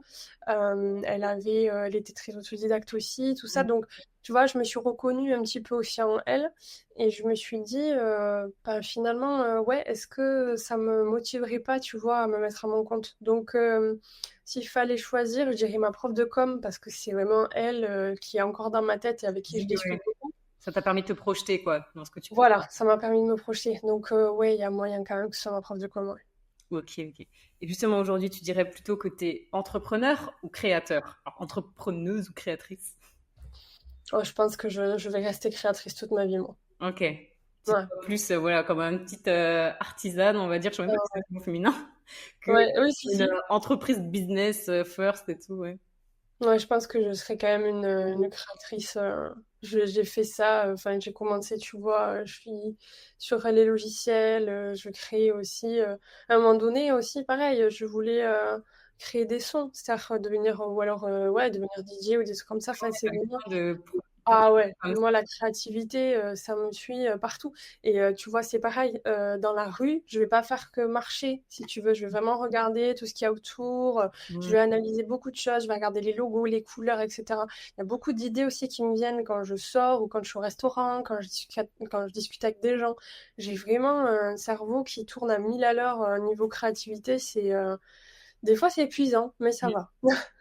Ouais, bah moi, quand je pensais à cette question, parce que je me dis toujours que tout le monde est une partie entrepreneur, une partie créateur, et en fait, je trouve que ça montre juste un petit peu où tu mets l'accent, mais forcément, Ouais, un entrepreneur, c'est forcément aussi un créateur, et vice-versa. oui, Mais je trouve que quand tu prends ce parti de te dire un peu plus créatrice, eh ben, tu sais que vraiment, je sais pas comment dire, c'est le fait de créer qui t'anime, et ensuite, tu essayes un c'est petit ça. peu de cadrer ça, d'en faire quelque chose, une activité professionnelle.